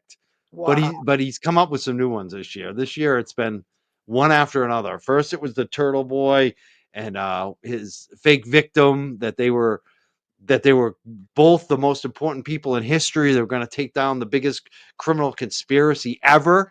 That Yeah. didn't work out, and now it's some kind of thing with Egypt. I'm Oh my lost. God. It's I tough to had keep no. up with all the conspiracies going on here. Oh, and then there was the JFK is still alive, and he's working with Rachel Rollins, and I don't know. It's like Really? got very QAnon-ish. Do you remember that show when Oh, Kevin and Grant were talking QAnon. Yeah. about the Yeah. Kennedys and That's nut stuff. That's not yeah. that's nut stuff. The QAnon stuff. That was all Yeah, nutty QAnon, stuff. tinfoil. Yeah. Nuts. It's also, I think, hard drugs. I think that's probably the problem, honestly. Yeah, it sounds like it. It sounds like it Mm. because that's pretty extreme. Oh my god. That's pretty extreme, It's funny too, like a lot of times you get worried, like if you make a stray comment about someone that they're gonna do some crazy libel shit. Grant is like, you can say anything about him Really. because all you got to do is put up his freaking tweets Exactly. and be like, "How, Exactly. officer or the judge? How could I discredit this guy's reputation when the Cannabis Control Commission said this about him? When he Right. put this on his website, when he wrote, I mean, Right. Oh my it's God. No, just I like had no you idea. can't discredit a person who's basically insane already. I mean, you just can't. Yeah. Yeah. No, I listened to the trial. I mean, the whole time I was listening to the trial when the trial was happening, but I was back at work and there's only so much I could do and process. And Grant was not something I could process. It's hilarious. It's hilarious. We've had fun tonight. We did have fun tonight. I love it, Mike. It was so good to be here. Yeah, And I guess, yeah, this is it. What are your final thoughts tonight, Rita? Anything you want to say? Anything we haven't gotten to talk about tonight? um, no, I think we covered a lot. I think we covered a lot, and I am so grateful to this jury. For all of us, I think it restored our trust in the jury. I mean, I shouldn't say restored our trust in the jury system, but I felt that it was the jury that was going to deliver justice because clearly the prosecution wasn't going to do it. And I am happy that they did that. And I did see a couple of the juror interviews. I did not see the foreman. I do want to see his. And there's something about him. I just want to give him a big hug. And, I'm just so happy. I'm so happy that the jury did the work and looked at the science because that's all you had to do. And anyone out there that still thinks Karen is guilty has not looked at the science. And if they did look at the science and they think she's guilty, look at it again. That's all I can say. But I appreciate, Mike, Like, challenge you. your own bias. What's that? Challenge your own bias. Like Yeah. if they look at the evidence and they still think she's guilty, they're caught up in their bias. There's something. Absolutely. There's a bias there. There is an There is some kind unconscious of bias. there. I love what the juror said, the foreman, about that. Rescue Randy made a good comment. He said, "I was doxxed by free Karen Reed people, and I'm free Karen Reed. Threatened to find my son when he became an adult." I mean, this is the stuff that just, come on, people. Wow. Why by do the we do that? right, Why do we eat our own? Stop it. Stop it. right, right. Sorry that happened to you, I think it's Rusty the Randy. 10%. I think it's the I 10% rule. know. I They think it's get the too 10% crazy. They because get too crazy. and they don't know when to step back. Yeah, they don't know when to let it I go. knew when to step back. I knew I had to step. I couldn't do anymore. I had to, it was too much. And, and that's only what people saw. People didn't see what was happening to our No, they families. don't. They They don't did, know. you know, that Christmas holiday was the worst family holiday I had in my life. Mhm. People don't realize what the suffering the Canton people have gone through. And we're not looking to put it out there, but people need to understand we're all human. I And, know, right? but the beautiful thing is people came together, and Mike, you brought people together. Your show brought people together, and your show continues to bring people together. And, and I hope you still cover the select board meetings, and so many people have, I'm doubling down. I'm in oh, on good, everything. This is what I good. love about this too. People like, are you gonna cover Brian Kohlberger? Are you gonna cover some other? It's like, no, I'm Yeah, staying right here. right here. They're like, what are you gonna do now? Karen Reed's over. I'm gonna continue to cover all the same shit I've been covering. It's not Right. over. Like this is the long way to go. Oh, You know? absolutely. And the thing about it is, Mike, I believe we can lead the way for the rest of the world. Do you know what I mean? Exactly. Right here in Massachusetts, we have all that we need to know what's wrong with our criminal justice system. We know what's wrong. We have it in this We've case. seen it. Now we Yeah, need to fix it. And that's why we we need do. Juna. We need to Step fix it. by We need step. We're somebody gonna who do goes that. in there with the courage, not somebody who's still trying to figure out their plan. And I'm not trying to be critical, but listen, when there's a crisis, you need to step forward, and you need to step forward now. And she stepped forward a year ago, and she's doing all the right things. And we can turn things around in this state, and we can be better than we are, much better than we are. And I'm in it for the long haul. And I love Dude, you, Mike. So thanks for you, having me Rita. back. I love And you too. yes, it's We, been unbelievable. This is a journey. We are connected for life. We are connected for life. And so many were connected for life because we all aw, came together to that's stand right. for someone we didn't even know. That's And right. we put our voices out there, and we put ourselves at risk, and unfortunately our family at risk. And that was never intended. And it's regrettable, but it, it it was the right thing to do. It was the right thing to do. And S- that's what it The was. people, yeah, the people who are watching, who make a lot of judgments of the main characters, like Rita, or some of the other folks we talked about tonight. You don't know what's going on behind the scenes. You never know. And that's why I say let people be in their feelings, because you don't know what it's really about. You may think you know, Right. but a lot of times we don't show you everything because we don't want to cause more problems. Sometimes we hold things back. So I just think that everyone needs to give a little grace, especially the people on our side. There's too much of that undercutting, and I'm getting so tired of it. I really am. Yeah. And that's why I don't put up with it. I'll call you out. I don't give a shit if you consider punching down. If you only have 100 followers, stop it. That's Right. all I'm gonna, because I have no patience anymore. Like, I Right. have given up so much. When you mentioned Christmas, I think about the Christmas Turtle Boy was in jail. And I think about how shitty of a Christmas I had that year, when I thought that they were coming for me because Kate Peter was threatening me. I think Right. about all of that. I And I remember. don't think that some of you folks understand what some of us have gone through. Like, it's That's right. PTSD. I had to go to mental health counseling. I haven't been to mental health counseling since I was age 19. Like, think about that. Like, Right. and what happened to me is minor. There's a lot more people like what Rita's saying, Right. how it affected her kids. Right. Think about that. There People. are other people who I know who are suffering silently. There's a lot of shit going on. So I think we all need to be a little nicer to each other. Emotional Lemonade says this New Yorker appreciates everything you've both done to speak up for citizens acting locally. That's right. Thank you. Thank you. And that's what it's all about. If we spread the word to everybody in every state around the world, get involved, we're going to have a better place. We're going to have a better place because this is what we have, and this is not acceptable. It's been, Mike, it's been great. There's so many beautiful moments. There are so many good people too. There's That's the thing. so How many many good relationships? people, so many good people, and they came in love. They came in love, and they to do the right thing, and they came out of the woodwork. They come out of the woodwork, and these are people I like sure myself. did. I'm not political. I've never done this. I'm in my semi-retirement years. I just turned 65. I'm Medicare eligible. Oh my God. It's like, I did what you Are needed to you do. on Medicaid now? No, I'm not. No, Medicare. I'm at Yeah, you're 65. Medicare. Eligible. No, I work, so I don't get it until Oh, you don't get it yet. I'm going to keep working. You're ready though. As soon as you stop working, you can jump on it.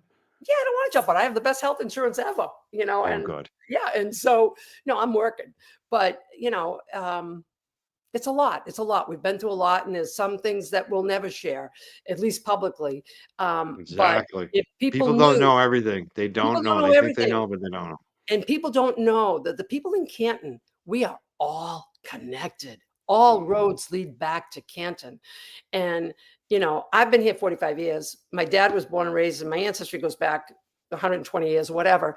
There's so many people that I'm connected to, and to this case as well. And so, me speaking out was like speaking out against family.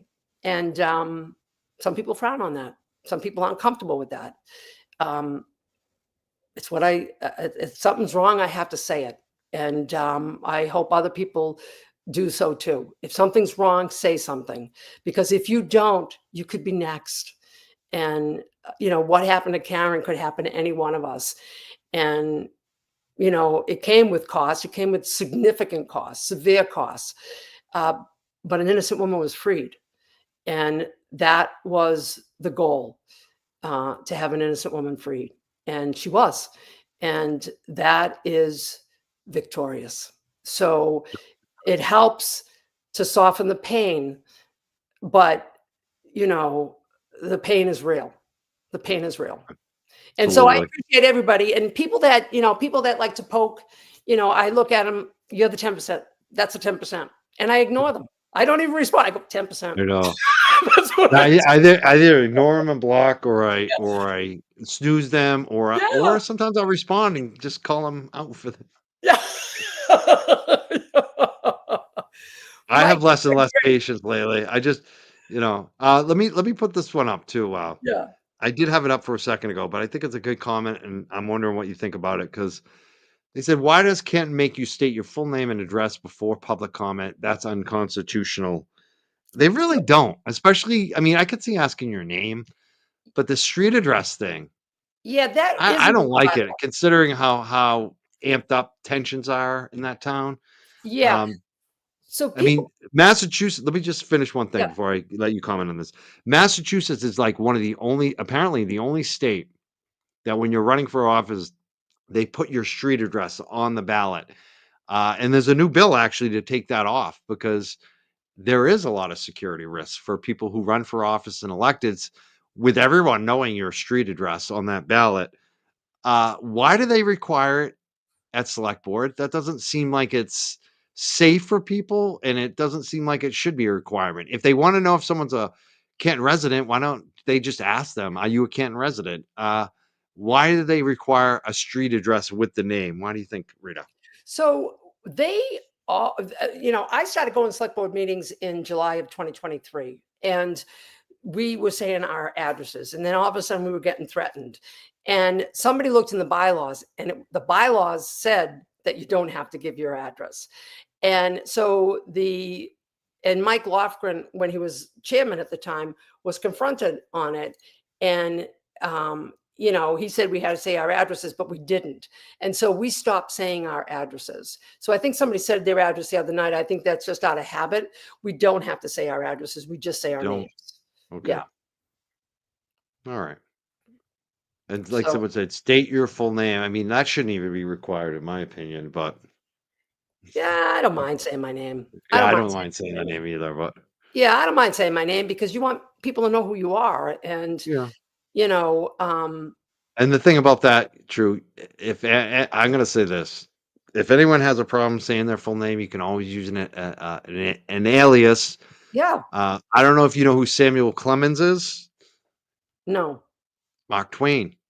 Oh, really? So, even the best writers in the world had pen Really? names at times. Stephen King wrote under some different pen names too. Like, Wow. so, It makes I sense. used to be known as Mike Can. I don't know if you know that. No. That was an old alias I had Really? when I was working at AIG. I was doing all the cannabis stuff. My Really? employer never knew. Really? One year when I'm running the Hemp Fest, right? They take a picture of me, Mike Crawford, put me in the High Times magazine. I'm working at AIG. I'm going, holy fuck. If anyone sees this, I'm getting fired. Like my boss is going to fire me. Right. So I'm freaking out. And this guy who I used to book like some of his bands and stuff, he's a punk rock legend, a hardcore legend locally. His name's Dave Tree. And he said to me, when I told him what was going on, like, I'm freaking out. I'm going to lose my job, Dave. And he looked at me. He said, Dave Tree looked at me and said, I'm not Dave Tree. Real name's not Dave Tree, right? I'm like, no. I said, obviously, I know your real name's not Dave Tree. Your band's called Tree. And he's like, you're Mike Can. Be Mike Can. And I was like, oh. And so I just came up with the name Mike Can. I did all my activism under Mike Can from then on. Isn't that something? And then, eventually I left that industry and I was like, I was writing for Dig Boston. I was like a weekly journalist, writing for their print publication every week, the cannabis, reform column. And somewhere along the line, I stopped working for the financial company. I came out as Mike Crawford. I like Really? rebranded everything. So you don't have to be, if you're worried about, make up a fake name. Exactly. You know, Exactly. what are they going to do about it? It's not Yeah. illegal to use a fake name. It's a Yeah. very American thing. It's like Yes. Yeah. we do it all the time. Yeah, I didn't realize it until this case, and then I see all these different names. It's like I have a hard Yeah. enough time trying to remember people's names. Then I got to remember the alias. What's funny too is Whitey, Whitey Yes. in town, Canton. Yes. One of my biggest interviews ever for marijuana reform was on WGBH television. I went by James White. Did you really? Yeah, I was the guy who got busted for weed, that did everything right, had a Oh, great career, lost everything about one joint, and I'm walking my dog. This is James White. Yeah, I still oh, got, there's a video of it out there. It's funny as hell. oh my Yeah. God. So I was Whitey for a day. Oh, It's so funny. I've had some, see what I mean? yeah. You gotta come up with some, if you're worried about giving your name, give them a fake name. Yeah, exactly. Exactly. I know. I can't think fast enough. That's my name. But I'm looking forward to the select board meetings. I'm gonna sometimes you step back from them too. Sometimes you just step back and you regroup and you reset and you get back out there. And so I'm looking forward to all the good things, Mike, that are going to happen. Me I too. really am. And I want to continue talking about them. And thank you for continuing to cover the select board meetings, because you have really helped raise awareness for all of us that we need to pay attention. We need to find the time to find out what's going on in our local government so that we don't get blindsided and we have the kind of governance we need. So anyways, well, listen, thank you so much. I do have to work tomorrow. So yeah, you got to go. I'll let you go. Listen, thank you so much, Mike. And I'll talk to you soon. Have a great night. Rita Lombardi. Thank Thank you so much. You have a great night. You too. Bye-bye. I know. Rita Lombardi. Joe Biffle. Is Joe Biffle my real name? I don't think it is, Joe. I'm guessing it's not.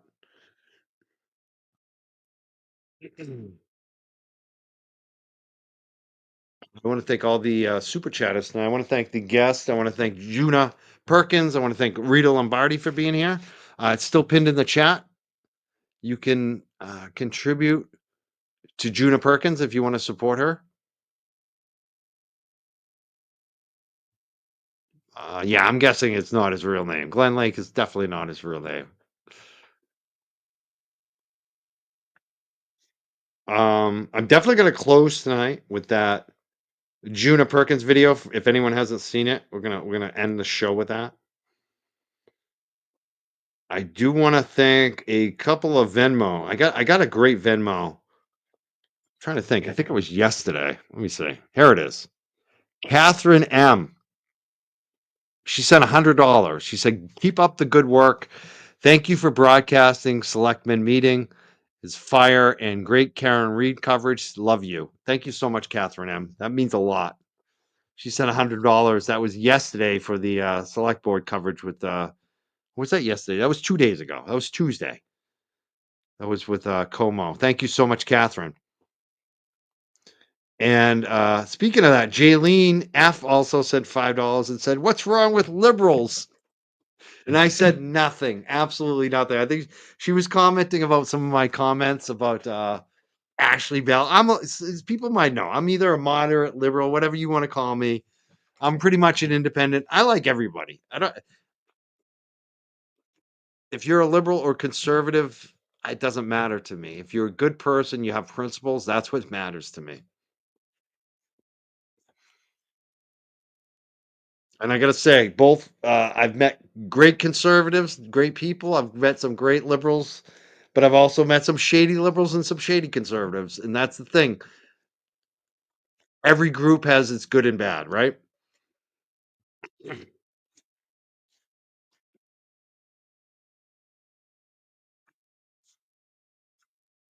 want to thank everybody who kicked in the super chats tonight. I want to thank the Venmos. I want to thank my moderators, my mod team, and especially the diehards tonight. I want to thank everyone who's stuck here. I know there's a lot of good shows on tonight, a lot of competition, and I love to see who stays. The 500 plus of you who are still here, it's amazing. Thank you so much. I love my diehards. The ones who stick with us, those are the ones who are special because we are obviously a little bit different than some of those other shows, and it means a lot. I know you're the realest ones of all. So thank you. Yeah, my internet's doing that thing again. Are you noticing that? Am I breaking up? I'm going to check the chat. Am I breaking up right now when I'm speaking? Because I'm showing that internet thing again that's whacking out. No. Yeah. See, I'm a hardcore conservative and love Mike. My audio is fine. See, maybe it's not the internet thing. I wonder what the issue's been.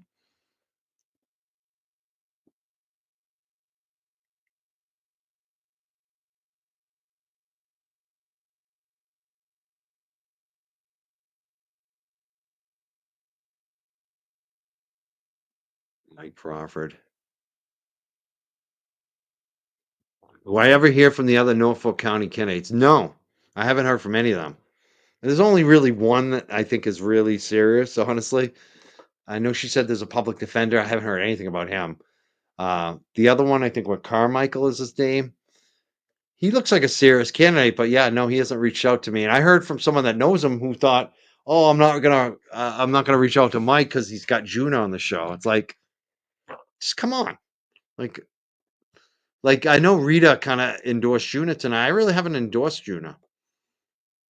I want to see what happens, but I want to see her get campaign contributions, definitely, because I feel like she is actually the strongest candidate right now. I don't want to make sure Morrissey loses.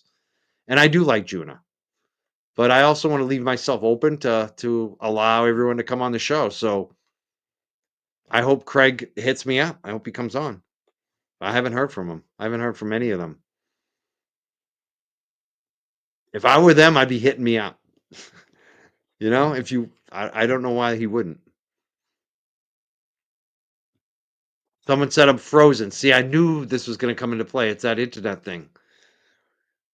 It's weird. I can see at the top the bars aren't as all the way up. And it seems like this is an ongoing issue, and it's not my internet, it's the StreamYard. So I think that's my point to get out anyways. I'm an independent, exactly. You laugh at that. I mean, I gotta say, I'm pretty independent. How many, the only campaign I've ever worked for, the only campaign I ever volunteered for was way back. It was a Republican campaign. I've obviously aired a ton of Libertarians, a ton of Green Party, United Independent Party, Republicans, Democrats, Rainbow Green Party. I've had every candidate of every party on this show that you can be. So I think I'm independent.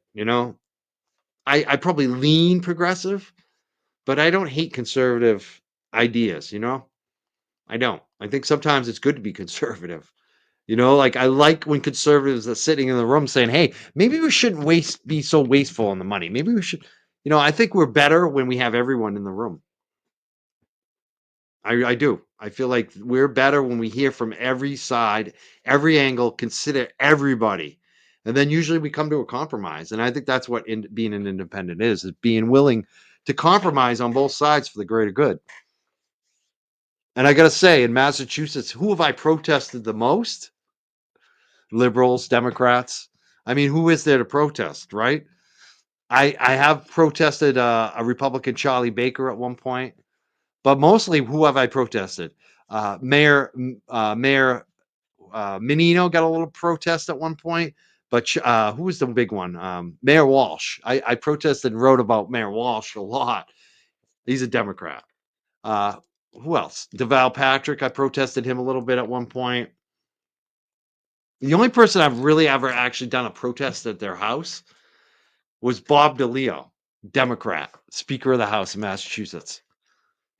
And it's funny how we talked about cops tonight because that was an example where I showed up at a protest and I was shitting myself because there were a shitload of Winthrop cops there, and I was like, "Oh man, we're screwed. Like we didn't ask for a permit. We're protesting at the house. There's a million Winthrop cops here." And I show up and I'm the one who called for the protest. And one of my good friends, who used to be, I think, a Framingham Select Board, or one of them, Jim Pillsbury. He's an activist. He's pretty seasoned.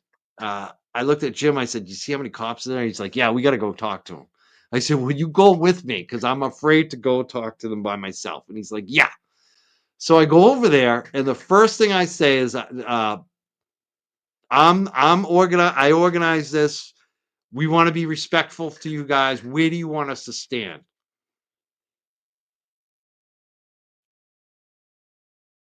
And the guy in charge said, "I'm the assistant police chief. Could you stand over there?" And I said, "Absolutely. We'll go right over there. What's your name, sir?" Ba ba ba. And that was it. Like as soon as we showed respect to like, "Hey, check in. We want to know where you want us to stand, where we want to stay out of your way." They loved us. They absolutely loved us. At the end of the protest, they were like, "Hey, we love those signs. Can we have one of those signs?" I was like, "Here, take the sign. Go put it in your house." Cops loved us.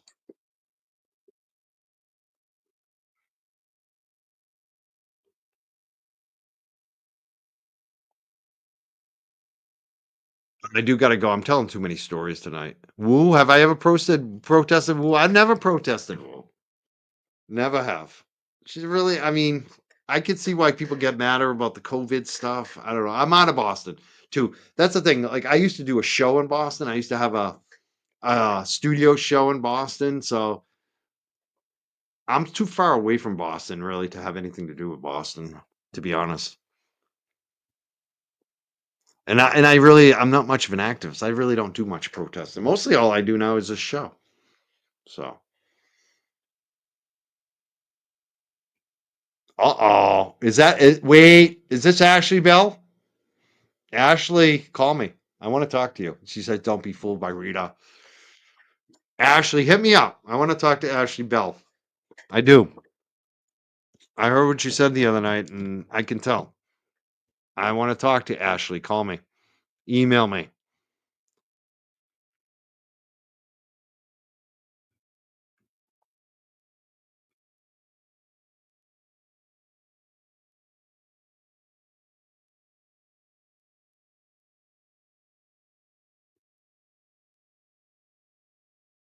I'm laughing at some of your comments right now.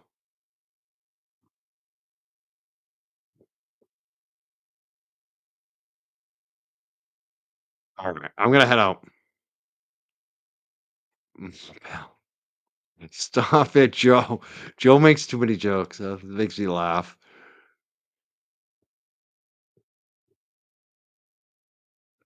All right. I got to go. If that's Ashley, I want to talk to you, Ashley. Hit me up. I'd love to talk, chat with you.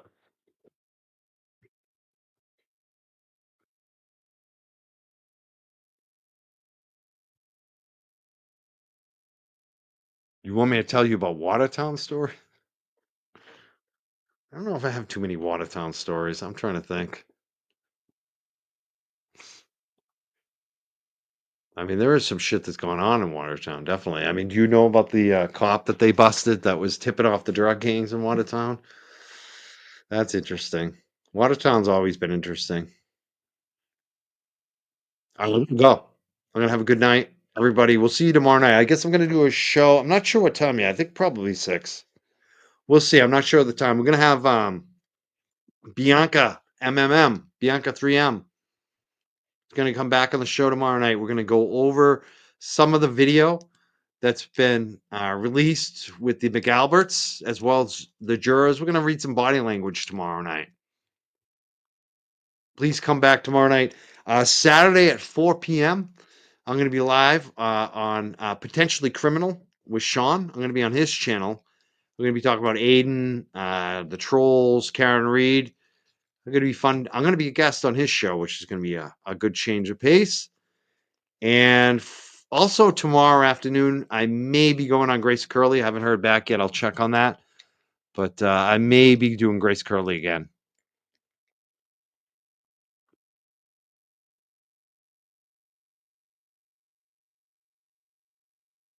Yeah, Michelle, there definitely is some issues in Watertown. That cop that got busted for tipping off the drug dealers. Then that was a major drug gang. I don't know if you read about that drug gang, but they got caught like with $1 million of gold. It was just insane. They were flying it up to this Canadian gang who were the bigger gang. Just wild. That was like one of the biggest. That was like one of the biggest federal busts around, and it kind of got swept under the rug. And they caught up a Watertown cop in that too. Yeah, you know about that. Yeah. You know, Sammy Maserati, right? It's crazy the shit that goes on that just kind of like doesn't even hit the headlines. That shit should have been such a big story. Where is Sammy now? I want to know where Sammy Maserati. I shouldn't even say his name. All right, I'm gonna go before I get myself in trouble with some mafia dudes. Have a great night, everyone. We'll see you tomorrow.